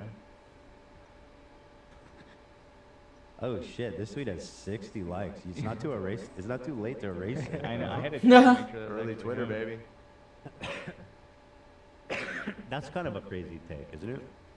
I maybe early in his life he was or something. I don't know if that's factually true or not. Yeah, I'm pretty sure that MLK would not be affiliated with modern day Republicans. Get the fuck out of my right, way, even bitch. if he was. The official answer is neither. Very infrequently he talked about his personal politics and not formally affiliated with either political party. But for the record, So never mind. MLK is Republican. Give me my reward. Just saying, kind of saying. He's kind of saying it. Just saying. He invoked a Bible story. Okay, now that's an ultimate sin. Yo, he talked about King Solomon. What does this story look? How much money I get? Pulling all these like. I just typed Terry Crews conservative, Gotcha. and this is what came up. Oh, whatever, Terry Crews bitch. invokes King Fuck Solomon you. and explaining controversial tweets from 2020. I'm reading a CNN article saying that MLK was Republican is a myth. Oh, okay. So he even kind of ate the onion on that one. Mm-hmm. He's hanging out with people who are telling him. that. Arasaka body armor. Nice. But you know what? We're gonna give him the pass. We're gonna give him the pass. Someone in chat named Adam Sandler said, I cannot disclose if I personally voted for Trump or not. Yeah. We know, Adam. We know. So okay, that was my take on Korean food. Thank you. NCPD assault in progress on freeway. Another stunning. Gotta get that shit. Terry Crews may or may not be a Republican. There it is, the Korean food segment. What else we got here, guys? We gotta talk about Taylor. Alright, I'm gonna take a little break, eat some food, then come back and play a little bit. Let me set this up a little bit because I personally thought We got a lot to the do. Taylor Swift thing was not. Oh my the story. god. It's like she's just got a new boyfriend. And I'm barely And I through was the like, story, I and don't know I'm about it. fucking What a max, mistake that almost was. max leveled up. Well, do we have the Cleared screenshot out of this. what Dan I've said? cleared out this Let me whole see it. city. This whole city. Dan said, If you want it. hold on. He's like, actually, this story has a lot of legs. I said, 10 out of 17 cyber cycles. I gotta find the ring. Amongst many other I only gotta get 4 more tarot cards. Oh shit. So the exact quote. Find the garage was- Josie he mentioned. said, "Is there really what's the story?" Is that of on the your map? boyfriend?" And I said, "There is an astounding amount of information about it." Meet with Pan Am. No, and I said that because earlier in the day I had seen Interesting. Find the garage Olivia's Josie working mentioned. document, and I just saw this wall of text, and I was like, "Holy fuck! How can there be that much about this?" But evidently there is. But I didn't say that from a position of knowing all the details. I'm going to be learning along with you. Shut the fuck up, Nix. Well, you said basically though that you were interested. You were in. I was saying that we From Dan. have a show tomorrow and we need something to talk about, so might as well talk about this. Dan is in. He's a queen. He's a catty bitch. We love actually we helping love me you, catty present bitch. today, right? I'm helping you present? Yeah. That's if what you- we talked about. If you say so. Absolutely. Have him present all of it. No. Can I just go through it? I could just fill in the blanks. Yeah, but I will do that. I'll like leave some lines open for you to finish. Okay, and I'll hop in. I'll look that up later. What are you seeing in the comments? This is a publicity stunt. Well, let's talk Can about anybody live their life? it. Also, it can be a publicity stunt, and they can also have crushes on each other. That is Leave also Taylor funny. alone. She doesn't need a boyfriend for a publicity stunt. She's the biggest. What is thing all since this over fucking, here? God damn. Kimchi. Century eggs. This is fucking big. There you go. You're gonna say Hitler, which isn't. Why? Like he's huge, right? Like if you think about big things, like he's huge. Yeah, Holy Hitler was shit, we got a lot. Like in terms of just like 1, geopolitical 2. influence and just name recognition. Right. Obviously, it's not a necessarily a You'll compliment. get to those her, tarot but cards in no in terms of time. bigness, like what's bigger than that? High old Hitler. Bro, Dan. that is so fucked up. man. Soundbite. That was not real. That is crazy. Out of that you context just said that. soundbite. Do you want me to button? 'Cause I'll Yeah, button maybe that. you Meet should. Takamura. I still haven't met Takamura. Psych. Oh shit. So anyway, I gotta go meet him up. Stan Taylor. Yes. We love her. We're gonna shake it off here today. That's Uh huh. We sure are. Japantown title of apartment for her hit Some of 30K. her hit songs. Let's see. I'm just gonna pull up a list of her hits so we can get some more puns. As a in matter there. of fact, I want to hit a Taylor ripper Swift doc hit real songs. quick. I've got them all. Dan, are you a Swiftie? Am I what? I was trying to think of a name for like a Swiftie for Hitler's fans. A Well, hitty? I'm gonna tell you Definitely what, not. guys. We're not gonna be having a cruel summer today Taker. No way. because we are preparing a great, and this is a feel-good one too. Mm-hmm. Yes. And when I saw that football player, I knew. I said, I know you were trouble. I knew Yes. you were trouble. We knew right that. When you We walked knew in. it. I knew it. Right when you walked in. But nonetheless, I was enchanted. Mm-hmm. Yeah. Well, you know, it is a nice love story. It's a love story, all right. It's gorgeous as well. Yeah. All too well. I know it all too well. Does this story have an anti-hero? Hey, I it hope does not. actually. I don't think so. Is there Yes, any it bad does. blood? Yes, it Any does. bad blood? A Well, little and bit. I'm so glad that it's not August because this really is a September type of presentation. Yeah. Well, I'm glad. Oh, I can't wait for me to watch this. Well, I can't wait for Olivia to reveal all the details because they say that. fuck outta here. Disinfectant is daylight. True. All right, go ahead and be fearless in your presentation. Nailed it. Olivia. We need All that folklore. right. So, Let me let's open open this her up. up. Is it just me or though she seems like even more? I What know the she's fuck mixed. is showtime? What are you talking It about? seems like she's having a moment. Well, Bitch. she's on her Eras tour right now. Okay. And she's on. She's she in her finished Eras era. Yeah, she's in her Eras era. She Yeah. finished her first leg, so Well, She's you. gonna have a post-era era. Yes. she's gonna keep going. Oh, absolutely. So Taylor, Wow, powerful image here. Today. Yo, what the fuck? And Travis.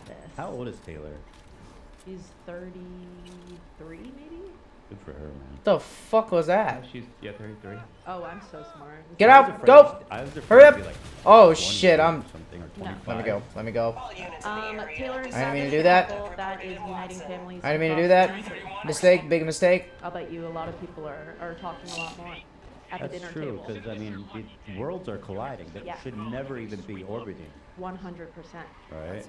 So, let's start with the players. This player is Travis Kelce. He is the football tight end You for can the say that again. for reals. He plays for the Kansas City Chiefs. Taylor Swift plays for the World, and she's Taylor Swift. So he's a Chief. Mr. Hands, That's like shut the that's fuck, big get the team fuck right off my now. They won phone. The Super Bowl? Or they were in the Super Bowl? Let me check. I think the Who Chiefs just are. won Super Bowl? the I Chiefs get are surprised happy. every year when the Super Bowl happens again. It was. Yeah. They're Yes. big. They're the big team right now. So he's probably a superstar. Yeah, Lovely. lovely. Moving on. So God, what a shitty one office. day, Hook Travis me up. Kelce was on his podcast that he hosts with his brother, who also plays football in the NFL, Mhm. and he was discussing his experience at the Taylor Swift Eras Tour. So this man, this masculine, Awesome. enormous NFL player is a Swiftie. Yeah, Wow, good for him. I love that. I love that. I agree. I feel like most dudes in that culture would be embarrassed to admit that, frankly. I do. Yeah, it's also so interesting because it just diversifies you from the rest of your peers in a positive way. So true. It really does. Allow yourself to enjoy something, I little agree. football boys. So here they are. And how long ago was this clip? This was in July. Oh, so this is all happening. Yeah, it's all happening. Speaking of Taylor Swift, I know you went to the Taylor Swift concert. How was it? Yeah, well, I was disappointed that she doesn't talk before or after her shows because she has to save her voice for the 44 songs that she sings. So I was a little butthurt I didn't get to hand her one of the bracelets I made for her. You made her. Yeah, if you're up on Taylor Swift concerts, there are friendship bracelets, and I received a bunch of them being there, but I wanted to give Taylor Swift one with my number on it. Not right now. Your number's in 87 or your phone number? You know which one. She doesn't meet anybody, or at least she didn't want to meet me, so I took it personal. She probably just hasn't gotten over the Super Bowl yet. She's a big Eagles fan. Maybe she just made something up and just didn't want to talk to you. Damn it. Okay. So cute. Little presumptuous. I don't think so. I think that's Little him arrogant, shooting like, a shot. I'm a hunk.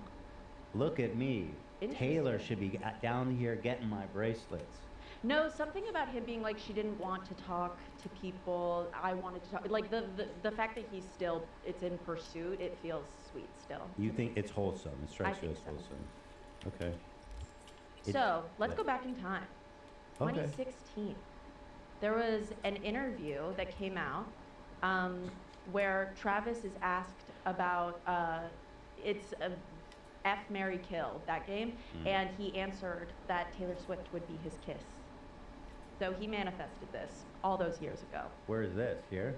No, do you want to watch that clip? Definitely. I didn't Duh. pull that one. Let me grab. But he didn't. So he did Kiss. He didn't do Kill Mary. Yeah, that's Kiss. Where's Kiss fit in? Well, it was with page 6. So he kept it polite. Let me pull it up. So which one is Kiss? Mary? Is Kiss I Mary? assume I don't know actually. Here, page 6. wanted to kill somebody. That is. This is pressing. Maybe it was information. Kiss, Marry, Kill. Kiss, Mary, Kill. Because the fuck is too vulgar. The killing Right. is not. This was my ass. Kiss, Mary, snuff the light out of their face manually with your fists. All right, we can move on. That's, Oh, I think- have it. All right, here we go. Look at these two, huh? Page 6. It's all happening. Travis Kelce admitted he wanted to kiss Taylor Swift. Ooh. Breaking news. Kill, marry, kiss. Taylor Swift would be the kiss. That was it. Wow, that's breaking. Wow. That is Yes. huge, man. So that's why, obviously, I included that part. This page entitled Travis Kelce admitted he wanted to kiss Taylor Swift in 2016 interviews. Everything. Cute. Page 6. Yeah. Thank so you, I just Chris included Rogers. that because Travis is a witch, and I think that's beautiful. He manifested this for himself.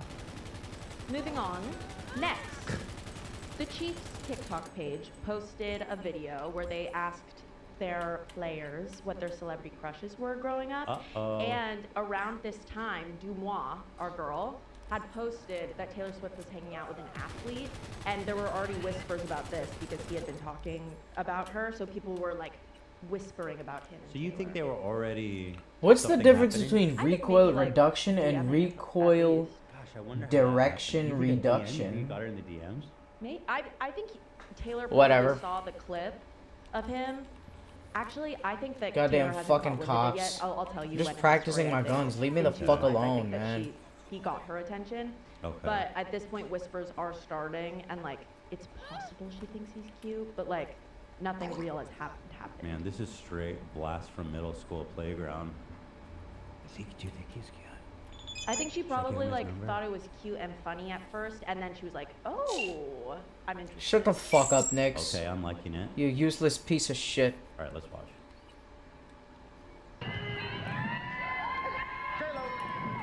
There's only one right answer. Beyonce. She's cold. Oprah. Oprah, my man. Making good. Making good. Beyonce had me in the chokehold. Oh man, who was it? Ooh, Aaliyah. She's tattooed right here on my thigh. Yeah, nice. Okay. Right here on my thigh. Mine was Taylor Swift. All right now. Ooh, Christina Aguilera was one. Who else?